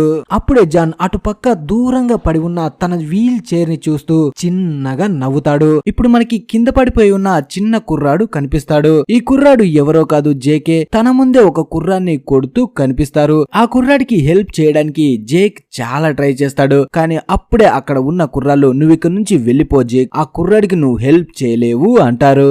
అయినా జేక్ పారిపోకుండా ఆ కుర్రాడికి హెల్ప్ చేయడానికి వెళ్తాడు. దీన్ని బట్టి మనకి తెలిసేది ఏంటంటే జేక్ ఎలాంటి పరిస్థితిలో ఉన్నా, తనకి ఎంత ప్రమాదం ఉన్నా ఎదుటి వారికి హెల్ప్ చేయడానికే ట్రై చేస్తాడు అని.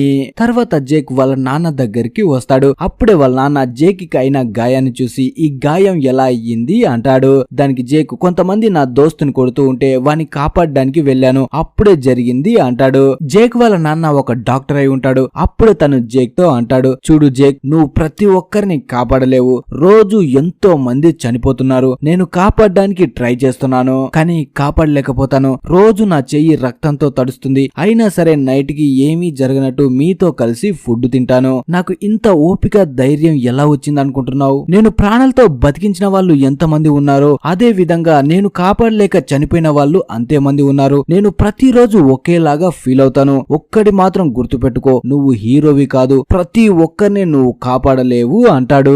ఒకవేళ నువ్వు అందరిని కాపాడాలనుకుంటే, వాళ్ళకి లీడర్ గా ఉండాలనుకుంటే ఒక రోజు వస్తుంది, ఆ రోజు నువ్వు వాళ్ళని కాపాడలేకపోయినప్పుడు నీ మనసు మనసు ఎంత బాధపడుతుందో ఒక్కసారి ఆలోచించుకో అంటాడు. ఇదంతా జేక్ గతంలో జరిగిన విషయాలు. ఇవన్నీ తను ఊహించుకుంటూ ఉంటాడు. ఇప్పటి వరకు ఆ సూట్ వేసుకుని జేక్ కి కనిపించిన వ్యక్తి ఎవరో కాదు, వాళ్ళ నాన్ననే అయి ఉంటాడు. అసలు వాళ్ళ నాన్న ఇక్కడికెలా వచ్చాడు, తను ఒక్కడికే ఎందుకు కనిపిస్తున్నాడు అనేది ముందు ముందు మనకి తెలుస్తుంది. తర్వాత స్టోరీ మళ్ళీ ప్రెజెంట్ కు వస్తుంది. ఇప్పుడు బీచ్ లో ఉన్న అందరూ ఒక దగ్గర ఉంటే జేక్ ఒక్కడే ఒక దగ్గర కూర్చొని ఆలోచిస్తూ ఉంటాడు. అప్పుడే చార్లీ పరిగెట్టుకుంటూ తన దగ్గరికి వచ్చి సముద్రాన్ని చూపిస్తూ మధ్యలో ఎవరో మునిగిపోతున్నారు అంటాడు. అప్పుడే జేక్ కూడా చూస్తే నిజంగానే ఎవరో నీళ్ళల్లో పడిపోయి కనిపిస్తారు. దాంతో జేక్ వాళ్ళని కాపాడడం కోసం వెళ్తాడు. చార్లీ మాత్రం నీళ్ళల్లోకి రాడు, ఎందుకంటే తనకి స్విమ్మింగ్ రాదు కాబట్టి. అలా జేక్ వెంటనే నీళ్ళల్లోకి వెళ్తాడు, కానీ అక్కడ తనకి ఎవ్వరూ కనిపించరు. అప్పుడే జేక్ నీళ్ళలోకి మునిగితే తనకి బూన్ కనిపిస్తాడు. బూన్ ని తను పట్టుకొని నీళ్ళ బయటికి తీసుకువస్తాడు. అప్పుడే బూన్, నువ్వు ఆ లేడీని చూసావా, తనని కాపాడావా అంటాడు. అప్పుడే మనకి ఒక విషయం తెలుస్తుంది. ఆల్రెడీ నీళ్ళల్లో మునిగిపోతున్న లేడీని కాపాడడానికే బూన్ వచ్చి ఉంటాడు. కానీ ఇప్పుడు జేక్ బూన్ ని వదిలేసి ఆ లేడీని కాపాడడానికి వెళ్తే బూన్ చనిపోతాడు. అందుకే తను చాలా కష్టం మీద ఆ లేడీని కాకుండా బూన్ ని ఒడ్డుకి తీసుకొని వస్తాడు. అలా తనని బయటే వదిలేసి మళ్ళీ ఆ లేడీని కాపాడడానికి వెళ్తాడు. కానీ తను వెళ్లేసరికి ఆ లేడీ చనిపోయి ఉంటుంది. తర్వాత జేక్ కేట్ తో మాట్లాడడానికి వెళ్తాడు. అలాగే ఆ లేడీ ఎవరని తనని అడుగుతాడు. దానికి కేట్ తన పేరు జస్మిన్, ఈ రోజు మార్నింగే తను స్నానం చేయడానికి లోపలికి వెళ్ళింది అంటుంది. అప్పుడే జేక్, మనం ఇక్కడ 46 మెంబర్స్ ఉన్నాం, కానీ నేను ఎప్పుడు తనని చూడలేదు, తనతో మాట్లాడలేదు. ఇప్పుడు నేను తనని కాపాడేవాని కానీ కాపాడలేకపోయాను అంటాడు. ఆ లేడీ చనిపోయినందుకు జేక్ చాలా ఫీల్ అవుతాడు. అలా కేట్ తో మాట్లాడుతూ ఉన్నప్పుడే సడన్ గా మళ్ళీ తనకి వాళ్ళ నాన్న కనిపిస్తూ ఉంటాడు. అప్పుడే కేట్ తో అంటాడు, కేట్, సూట్ వేసుకున్న వ్యక్తి నీకు కనిపిస్తున్నాడా అని. దానికి కేట్, నువ్వు ఎప్పటి నుంచి పడుకోలేదు అంటుంది. దాంతో ఇక మనోడు మాట్లాడకుండా అక్కడి నుంచి వెళ్లిపోతాడు. తర్వాత మనకి కొరియన్ కపుల్ అయిన సనా వాళ్ళు కనిపిస్తారు. అప్పుడే సనా జిన్ తో అంటుంది, ఇక్కడ ఉన్న ఎవ్వరు మనతో మాట్లాడడానికి రావట్లేదు, మనని వాళ్ళలో కలుపుకోవట్లేదు, మనమే అందరితో ఫ్రీగా ఉండాలి అంటుంది. కానీ జిన్ మాత్రం దానికి ఒప్పుకోడు. మనని కాపాడడానికి ఎవరో ఒకరు ఇక్కడికి వస్తారు, అప్పటి వరకు నీకు నేను, నాకు నువ్వు, అంతే, ఇక ఎవ్వరు మనకొద్దు అంటాడు. తర్వాత మనకి సోయర్ కనిపిస్తాడు. మనోడు చనిపోయిన ప్యాసింజర్స్ దగ్గర దొబ్బేసిన అన్ని వస్తువుల్ని తన దగ్గరే పెట్టుకొని ఎదుటి వాళ్ళకి ఇస్తూ ఉంటాడు. అవి కూడా ఊరికే ఇవ్వకుండా ట్రేడ్ చేస్తూ ఉంటాడు. అప్పుడే షానన్ తనకేదో అవసరం ఉండి సోయర్ దగ్గరికి వస్తుంది. కానీ మనోడు ఇప్పుడు కొత్తగా షాప్ పెట్టాడు కాబట్టి దేన్ని ఫ్రీగా ఇవ్వడు. ఏదైనా ఇవ్వాలంటే దానికి బదులుగా ఇంకోటి ఏదైనా ఇవ్వాల్సిందే. తర్వాత మనకి హర్లీ ఇంకా చార్లీ ఇద్దరు జేక్ దగ్గరికి వెళ్తారు. అప్పుడే హర్లీ జేక్ తో అంటాడు, నీ ఫేస్ ఎలా అయిపోయిందో ఒకసారి చూసుకున్నావా, నువ్వు నిద్రే పోవడం లేదు అంటాడు. నిజానికి జేక్ కూడా 3 రోజుల నుంచి వాళ్ళకి వీళ్ళకి హెల్ప్ చేస్తూ తను నిద్రే పోడు. అప్పుడే హర్లీ చార్లీ ఇద్దరు టెంట్ లోపలికి తీసుకువెళ్లి మిగిలి ఉన్న వాటర్ బాటిల్స్ ని చూపిస్తూ, ఇక మనం తాగడానికి ఇవే వాటర్ మిగిలి ఉన్నాయి అంటారు. అలాగే తాగడానికి వాటర్ లేవని ఇక్కడ ఉన్న వాళ్ళకి తెలిస్తే వాళ్ళలో భయం, కోపం పెరుగుతాయి. దాంతో వాటర్ కోసం వాళ్ళలో వాళ్ళే కొట్టుకొని చచ్చిపోతారు అంటారు. కానీ ఇప్పుడు జేకే చాలా ప్రాబ్లమ్స్ లో ఉంటాడు. ఈ రోజు ఒక లేడీని కాపాడలేక చంపుకున్నాడు. అలాగే మాటి మాటికి వాళ్ళ నాన్న కూడా కనిపిస్తున్నాడు. చిన్నప్పటి నుంచి వాళ్ళ నాన్న, నువ్వు లీడరు కాలేవు, ఎవరికి హెల్ప్ చేయలేవన్న మాటలే తనకి వినిపిస్తూ ఉంటాయి. దాంతో అర్లీ వాళ్ళతో కోపంగా అంటాడు, ఇదంతా నాకెందుకు చెప్తున్నారు, నేనేమన్నా మీకు లీడర్నా, నేనేవి పట్టించుకోనని అక్కడి నుంచి వెళ్లిపోతాడు. తర్వాత జేక్ ఒంటరిగా కూర్చొని వాళ్ళ నాన్న చెప్పిన విషయాలనే గుర్తు చేసుకుంటూ ఉంటాడు. అప్పుడే బూన్ తన దగ్గరికి వచ్చి జేక్ పై కోపడతాడు, నువ్వు నన్నెందుకు కాపాడావు, నీ వల్లే ఆ లేడీ చనిపోయింది, నేను చెప్పాను కదా నన్ను అక్కడే వదిలేసి ఆ లేడీని కాపాడమని, నువ్వెందుకు కాపాడలేదు అంటాడు. దాంతో జేక్ కి పిచ్చ కోపం వస్తుంది, నా కొడక, నేను నిన్ను కాపాడకపోతే నువ్వు అక్కడే సచ్చుండేవాడివి, నేను నిన్ను కాపాడడానికే ఆ లేడీని కాపాడలేదు అంటాడు. అయినా కూడా బూన్ ఇంకా తనపై కోపాడుతూనే ఉంటాడు. అసలు నీకు ఆ డిసిజన్ తీసుకునే రైట్స్ ఎవడిచ్చాడు, మాకందరికి నువ్వు లీడర్వా, నువ్వు మాకు లీడరు కావు అంటాడు. ఆ మాటలు వింటూ ఉంటే జేక్ ఇంకా కోపం వస్తుంది. కానీ వాడితో గొడవ పడడం ఎందుకు అనుకుంటాడు. అలా ఇద్దరు మాట్లాడుకుంటూ ఉన్నప్పుడే మళ్ళీ జేక్ కి వెనక నుంచి వాళ్ళ నాన్న కనిపిస్తూ ఉంటాడు. అలా తను అడవిలోకి వెళ్లిపోతూ ఉంటే జేక్ కూడా పరిగెట్టుకుంటూ అడవిలోకి వెళ్తాడు. అలా కొంత దూరం వచ్చిన తర్వాత జేక్ వాళ్ళ నాన్న దగ్గరికి వచ్చేస్తాడు. కానీ సడన్ గా వాళ్ళ నాన్నను చూసి మళ్ళీ జేక్ కింద పడిపోతాడు. అలా జేక్ కింద పడినప్పుడు వాళ్ళ నాన్న అలాగే నడుచుకుంటూ అడవిలోకి వెళ్లిపోతాడు. అసలు జేక్ కి ఏమీ అర్థం కాదు, ఇదంతా ఏంటి, తనకి వాళ్ళ నాన్న ఎందుకు కనిపిస్తున్నాడు అని వాళ్ళ నాన్న వెనకే అడవిలోకి వెళ్లిపోతాడు. అలా జేక్ వెళ్లిపోగానే బీచ్ లో ఉన్న క్లేర్ అక్కడే స్పృహ తప్పి కింద పడిపోతుంది. దాంతో చార్లీ ఇంకా మైకిల్ ఇద్దరు తనని టెంట్ లోకి తీసుకువస్తారు. అలాగే కేట్ ని కూడా పిలుస్తారు. కేట్ తనని మెలకువలోకి తీసుకువచ్చి చార్లీతో అంటుంది, వెంటనే వాటర్ తీసుకురా అని. అలా చార్లీ వాటర్ తీసుకురావడానికి వెళ్తాడు. కానీ అక్కడ వీళ్ళు ఇంతకు ముందు పెట్టిన వాటర్ బాటిల్స్ అస్సలు కనిపించవు. అంటే ఎవరో ఆ వాటర్ ని దొంగిలించి ఉంటారు. వీళ్ళ దగ్గర కొత్త ప్రాబ్లం తలెత్తుతుంది. నీళ్లే తక్కువగా ఉన్నాయి అంటే మళ్ళీ ఎవడో వాటిని దొంగిలిస్తాడు. తర్వాత జాన్, కేట్, సయ్యద్ ముగ్గురు మాట్లాడుకుంటూ ఉంటారు. అప్పుడే జాన్ కేట్ వాళ్ళతో అంటాడు, మన డాక్టర్ ఎక్కడికి వెళ్ళాడు అని. కానీ ఎవ్వరికి తెలీదు జేక్ అడవిలోకి వెళ్ళాడు అని. అప్పుడే జాన్ కేట్ వాళ్ళతో, మన దగ్గర వాటర్ అయిపోయాయని మిగతా వాళ్ళకి తెలిస్తే కంగారు పడిపోతారు. అందుకే నేను అడవిలోకి వెళ్లి కావలసిన వాటర్ ఎక్కడున్నాయో వెతుకుతాను అని. జాన్ అక్కడి నుంచి అడవిలోకి వెళ్లిపోతాడు. తర్వాత అడవిలో ఉన్న జేక్ కనిపిస్తాడు. తను ఇంకా వాళ్ళ నాన్న వెనుకే పరిగెడుతూ ఉంటాడు. ఒక్కసారి వాళ్ళ నాన్న కనిపిస్తాడు, ఇంకోసారి కనపడు. అయినా కూడా జేక్ ఆగకుండా అలాగే అడవిలో ముందుకు వెళ్తూ గట్టిగా వాళ్ళ నాన్నని పిలుస్తూ ఉంటాడు. నువ్వు ఎక్కడికి వెళ్తున్నావు, నా ముందుకు రా అంటాడు. అప్పుడే సడన్ గా మళ్ళీ ఆ విచిత్రమైన సౌండ్స్ వినిపిస్తాయి. అలా జేక్ ముందుకు వెళ్తూ ఉంటే తన కాలు స్లిప్ అయ్యి పై నుంచి కిందకి పడిపోతాడు. అలా తను ఆ కొండపై నుంచి కింద పడిపోతూ ఉంటే అక్కడ ఉన్న వాటిని పట్టుకొని తను వేలాడుతూ ఉంటాడు. ఇప్పుడు తను వదిలేస్తే కొండపై నుంచి కింద పడి చనిపోతాడు. అందుకని తను పైకి రావడానికి చాలా ట్రై చేస్తాడు. కానీ తన వల్ల అస్సలు అవ్వదు. అలా కొంతసేపటి తర్వాత తనని కాపాడడానికి ఒక చెయ్యి ముందుకు వస్తుంది. ఆ వచ్చింది ఎవరో కాదు, జానే అయి ఉంటాడు. అలా జాన్ జేక్ కి చెయ్యి ఇచ్చి తనని చాలా కష్టం మీద పైకి లాక్కుంటాడు. అలా జేక్ పైకి రాగానే చాలా నవ్వుకుంటాడు. అంటే తనకి కూడా అర్థం అవుతూ ఉంటుంది, మెల్లమెల్లగా తను పిచ్చినా కొడుకున అవుతున్నాను అని. తర్వాత మనకి బీచ్ లో ఉన్న క్లేర్ కనిపిస్తుంది. ఇప్పుడు తన ఆరోగ్యం కూడా అంతగా బాగోదు. కానీ చార్లీ తన పక్కనే ఉంటూ తనని చాలా బాగా చూసుకుంటాడు. అలాగే క్లేర్ కి తాపడానికి తనకి కొన్ని వాటర్ కూడా దొరుకుతాయి. అప్పుడే క్లేర్ చార్లీతో అంటుంది, ఇక్కడ ఉన్న వాళ్ళు అందరూ నన్ను విచిత్రంగా చూస్తారు. ప్రతి ఒక్కరూ నాకు పుట్టబోయే బిడ్డని వాళ్ళేదో మోస్తున్నట్టు అనుకుంటున్నారు. అంటే ఒక టైం బాంబ్ లో నన్ను చూస్తున్నారు. నేను ఎప్పుడు పేలిపోతానని భయంతో బతుకుతున్నారు. కానీ నువ్వు ఒక్కడివే వాళ్ళందరికీ విరుద్ధంగా నాకు హెల్ప్ చేస్తున్నావు అంటుంది. అలాగే ప్రతి ఒక్కరు నన్ను చూసినప్పుడు భయపడతారు కదా, నేను నీ కలలోకి చూసినప్పుడు ఆ భయం నీలో కనిపించదు అంటుంది. దానికి చార్లీ, నువ్వు చెప్పింది కరెక్టే క్లేర్, నేను నిన్ను చూసి భయపడను అంటాడు. తర్వాత కేట్ ఇంకా సయ్యద్ దగ్గరికి హర్లీ వచ్చి వాళ్ళతో అంటాడు, ఆ చైనీస్ కపుల్ దగ్గర వాటర్ ఉన్నాయి అని. దాంతో కేట్ వాళ్ళు వెంటనే సనా దగ్గరికి వెళ్తారు. అలా సనా దగ్గర ఉన్న వాటర్ బాటిల్ ని తీసుకొని, ఈ వాటర్ బాటిల్ మీ దగ్గరికి ఎలా వచ్చింది, ఇది ఎక్కడ తీసుకున్నారు అంటాడు. కానీ సనాకి ఇంగ్లీష్ రాదు కాబట్టి సయ్యద్ అడిగేది ఏంటో తనకి ఏమీ అర్థం కాదు. అప్పుడే కేట్ అంటుంది, తనకి అర్థం కావడం లేదు అని. అప్పుడే జిన్ అక్కడికి వచ్చి తన భాషలో సయ్యద్ ని ఏదో తిడతాడు. కానీ ఈ భాష తనకి రాదు కాబట్టి తను కూడా ఏమీ రియాక్ట్ అవ్వడు. అలా ఇద్దరు గొడవ పడుతూ ఉంటారు. కానీ కేట్ మాత్రం జిన్ ని చాలా ప్రేమగా అడుగుతుంది, అసలు ఈ వాటర్ బాటిల్ మీకు ఎక్కడి నుంచి వచ్చింది అని. దాంతో జిన్ సోయర్ ని చూపిస్తాడు. అప్పుడే కేట్ సోయర్ దగ్గరికి వెళ్తూ ఉంటుంది. కానీ సయ్యద్ తనని ఆపి, ఇప్పుడు వాడి దగ్గర మనకి వాటర్ బాటిల్స్ కనిపిస్తలేవు, మనం వెళ్లి ఇప్పుడు అడిగితే వాడే మన పైన రివర్స్ లో అడుస్తాడు. అందుకే వాటర్ బాటిల్స్ కనిపించేంత వరకు మనం ఏమీ అడగకుండా ఉందాం అంటాడు. అలా సోయర్ ఎప్పుడు బయటికి వెళ్తాడని ఇద్దరు చూస్తూ ఉంటారు. ఈ అడవిలోనే సోయర్ తన సామాన్ని మొత్తం దాచిపెట్టి ఉంటాడు. అప్పుడే కేట్ వాళ్ళు వచ్చి సోయర్ ని పట్టుకొని వాటర్ బాటిల్స్ ఎక్కడున్నాయని అడుగుతారు. అప్పుడే సయ్యద్ కూడా వచ్చి, చెప్పురా నా కొడక, నీళ్లు మొత్తం నీ అబ్బసొత్త అనుకొని దాచిపెట్టుకున్నావా అంటాడు. కానీ సోయర్ మాత్రం, వాటర్ ని నేను దొంగిలించలేదు, ముందు నుంచి నా దగ్గర ఉన్న వాటర్ బాటిల్ ని వాళ్ళ దగ్గర ఫిష్ ని తీసుకుని దానికి బదులుగా ఇచ్చాను అంటాడు. అప్పుడే కేట్ సోయర్ కి సంబంధించిన మొత్తం సామాన్ని చెక్ చేస్తుంది. నిజంగానే అక్కడ వాటర్ బాటిల్స్ ఉండవు. అప్పుడే సోయర్ కేట్ వాళ్ళతో అంటాడు, నాకు అస్సలు నీళ్ల గురించి భయమే లేదు, ఎందుకంటే ఇక్కడ ఎప్పుడు వర్షం పడుతూనే ఉంటుంది కదా, ఇక నీళ్ళని నేనెందుకు దొంగిలిస్తాను అంటాడు.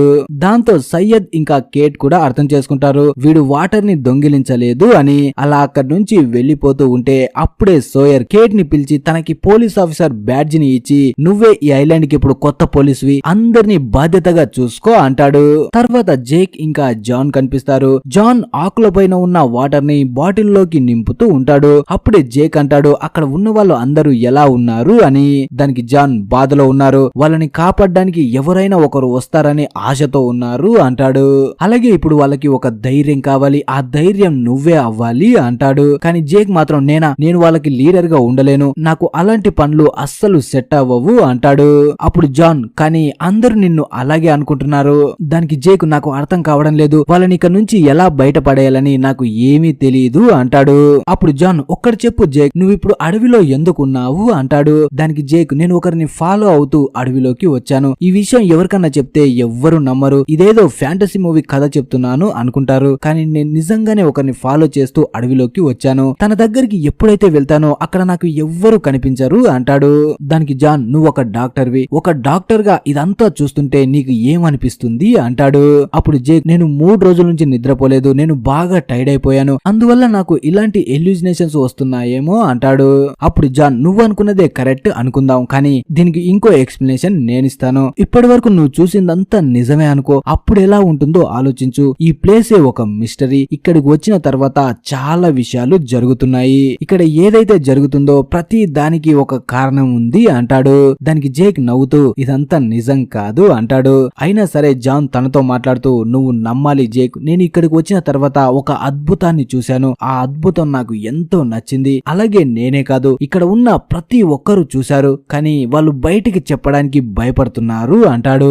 తర్వాత జాన్ ఇంకా కొన్ని నీళ్ళని జమ చేయడానికి అక్కడి నుంచి అడవిలోకి వెళ్తూ ఉంటాడు. జేక్ కూడా తన వెనకే వెళ్ళాలి అనుకుంటాడు, కానీ జాన్ తనని ఆపి, నువ్వు నా వెంట రాకో, నువ్వు ఇక్కడే ఉండు అంటాడు. కానీ జేక్ మాత్రం, నేను ఇక్కడుండి ఏం చేస్తాను, నేను కూడా నీ వెంట వస్తాను అంటాడు. అప్పుడు జాన్, చూడు జేక్, మంచి లీడర్ ఎప్పుడైనా సరే ప్రతి ఒక్కరిని మంచిగానే చూసుకుంటాడు, కానీ లీడర్ గా ఉండలేనోడు తను చేసే ప్రయాణానికి గమ్యం కూడా తనకి దొరకదు అంటాడు. ఒక మంచి లీడర్ టీం ని లీడ్ చేయాలి అంటే తన ముందు ఉన్న గమ్యం ఏంటో తెలిసి ఉండాలి అంటాడు. అలా జాన్ మాటలు విని జేక్ అక్కడే ఉంటాడు. తర్వాత మనకి జేక్ కి సంబంధించిన పాస్ట్ ని చూపిస్తారు. తను ఇంట్లో వాళ్ళ అమ్మ దగ్గర ఉన్నప్పుడు వాళ్ళ అమ్మ జేక్ దగ్గరికి వచ్చి అంటుంది, మీ నాన్న ఇంటి నుంచి వెళ్లిపోయాడు అని. దానికి జేక్ నవ్వుతూ, ఇది కొత్తే ఉంది, తను ఎప్పుడు వెళ్లిపోతూ ఉంటాడు కదా, మళ్ళీ తిరిగి వస్తాడులే అంటాడు. కానీ వాళ్ళ అమ్మ మాత్రం, ఇప్పుడు అలా కాదు, నువ్వే తన దగ్గరికి వెళ్లి తనని తీసుకురావాలి అంటుంది. దానికి జేక్ కోపంతో, గడిచిన 6 నెలల నుంచి తను నాతో మాట్లాడడం లేదు, ఇప్పుడు నేనెలా వెళ్ళి తీసుకువస్తాను అంటాడు. ఆ మాట వినగానే వాళ్ళ అమ్మకి చాలా కోపం వస్తుంది. మీ నాన్న కాదు మాట్లాడంది, నువ్వు తనతో మాట్లాడలేదు అంటుంది. కానీ ఎంత చెప్పినా జేక్ తన మాటల్ని వినడు. అప్పుడే వాళ్ళ అమ్మ తనతో గట్టిగా చెప్తుంది, నువ్వు ఏం చేసినా సరే తనని ఇంటికి తీసుకురావాలి అని. దానికి జేక్, నన్ను క్షమించమ్మా, నేను తనతో మాట్లాడను, తనని తీసుకురాను అంటాడు. అయినా సరే వాళ్ళ అమ్మ వినకపోవడంతో ఇక వాళ్ళ నాన్నని తీసుకురావడానికి జేక్ రెడీ అయ్యి వాళ్ళ అమ్మతో అంటాడు, తను ఇప్పుడు ఎక్కడికి వెళ్ళాడు అని. దానికి వాళ్ళమ్మ ఆస్ట్రేలియా అంటుంది. ఈ మాటతో మనకి అర్థమవుతుంది, నిజానికి జేక్ వాళ్ళ నాన్నని వెతుక్కుంటూనే ఆస్ట్రేలియాకి వచ్చి ఉంటాడు. అలా ఆస్ట్రేలియాలో ఒక హోటల్ రూమ్ లోకి వెళ్తాడు. కానీ హోటల్లోకి వెళ్ళినా సరే అక్కడ కూడా వాళ్ళ నాన్న కనిపించడు. అలాగే అక్కడ ఉన్న హోటల్ స్టాఫ్ తనతో చెప్తారు, తను వెహికల్ ని నడిపే స్థితిలో కూడా లేడు, ఎందుకంటే ఎప్పుడు తను మందు మత్తులోనే ఉంటాడు అంటారు.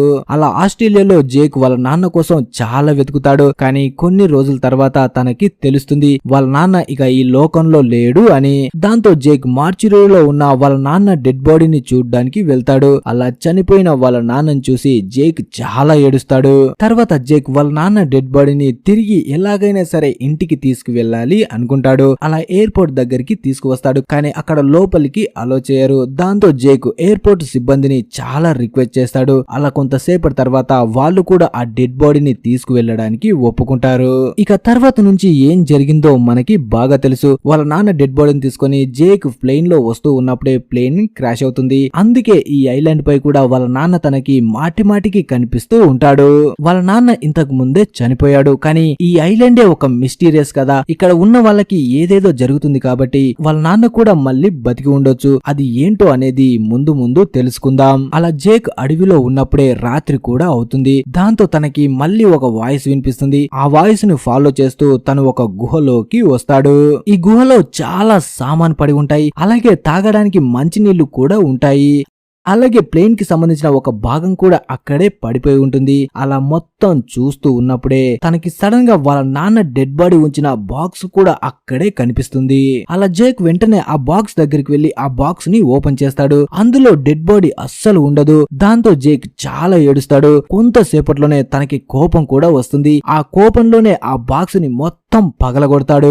తర్వాత బీచ్ లో ఉన్న బూన్ కనిపిస్తాడు. తను వాటర్ ని తీసుకువచ్చి క్లేర్ కి తాపుతూ ఉంటాడు. అప్పుడే చార్లీ బూన్ ని చూస్తాడు. నిజానికి ఆ వాటర్ ని దొంగిలించింది ఎవరో కాదు, బూనే అయి ఉంటాడు. అలా తనని పట్టుకొని అందరి ముందుకు తీసుకువస్తే అప్పుడు బూన్ అంటాడు, మరేం చేయాలి, ఇక్కడ మనని చూసుకోవడానికి ఎవ్వరు లేరు, జేక్ కూడా అడవిలోకి వెళ్లిపోయాడు, అందుకే నేను వాటర్ ని దొంగిలించాను అంటాడు. అంతలో జేక్ కూడా అక్కడికి వస్తాడు. అలా జేక్ వాడిని వదిలేయండి అని అందరితో అంటాడు. మనకి ఒక నమ్మకం ఉంది, ఇక్కడికి ఎవరో ఒకరు వచ్చి మనని కాపాడతారు అని. కానీ ఇక్కడికి ఎవ్వరు రారు, మనకి మనమే సహాయం చేసుకోవాలి. ఎప్పుడైతే అందరూ కాకుండా నేను ఒక్కనే అని ఆలోచించడం మొదలు పెడతారో అప్పటి నుంచే మీరు ఒంటరిగా ఈ ఐలాండ్ పై చనిపోతారు అంటాడు. నేను అడవిలోకి వెళ్ళినప్పుడు అక్కడ నాకు తాగడానికి నీళ్లు దొరికాయి. మనలో కొంతమంది అక్కడికి వెళ్లి నీళ్లు తీసుకొద్దాం. అలాగే ఈ ఐలాండ్ పై ప్రాణాలతో ఉండాలి అంటే ఒకరితో ఒకరు మంచిగా ఉండాలి, అలాగే ఒకరికి ఒకరు సహాయం చేసుకోవాలి అంటాడు. వారం క్రితం వరకు మనం ఎవరో ఎవరికి ఏమీ తెలీదు, కానీ ఇప్పటి నుంచి అందరం కలిసే ఉండాలి. ప్రాణాలతో బయట పడతామో లేకపోతే ఇక్కడే ఒంటరిగా చస్తామో అనేది మనం ఎదుటి వాళ్ళతో ఉండేదాని మీదే ఆధారపడి ఉంది అంటాడు. అలా జేక్ చెప్పింది విన్న తర్వాత వీళ్ళల్లో కొంచెం నమ్మకం వస్తుంది. తర్వాత మనకి బూన్ ఒక్కడే ఒంటరిగా కూర్చొని కనిపిస్తాడు. అప్పుడే సోయర్ తన దగ్గరికి వచ్చి ఎలా అనిపిస్తుంది నీకు అంటాడు. దానికి బూన్ నాకేం అనిపిస్తుంది అంటాడు. అప్పుడు సోయర్ ఎందుకు అనిపించదు డూడ్, అనిపిస్తది. ఇంతవరకు నన్నే అందరూ శత్రువులా చూసేవాళ్ళు, ఇప్పుడు నా పైన శత్రువు నువ్వైపోయావు, ఇక నుంచి నువ్వు నేను ఒక టీం అయిపోదాం అంటాడు. కానీ బూన్ మాత్రం ఏమీ మాట్లాడు. అలా ఈ పార్ట్ ముగుస్తుంది. మరి నెక్స్ట్ పార్ట్ కావాలనుకునే వాళ్ళు వీడియోని లైక్ చేసి ఛానల్ ని సబ్స్క్రైబ్ చేసుకోండి. అలాగే పక్కనున్న బెల్ ఐకాన్ ని ఆన్ చేసి పెట్టారు అంటే నేను వీడియో అలా పెట్టగానే ఇలా మీకు వచ్చేస్తుంది. Thanks for watching.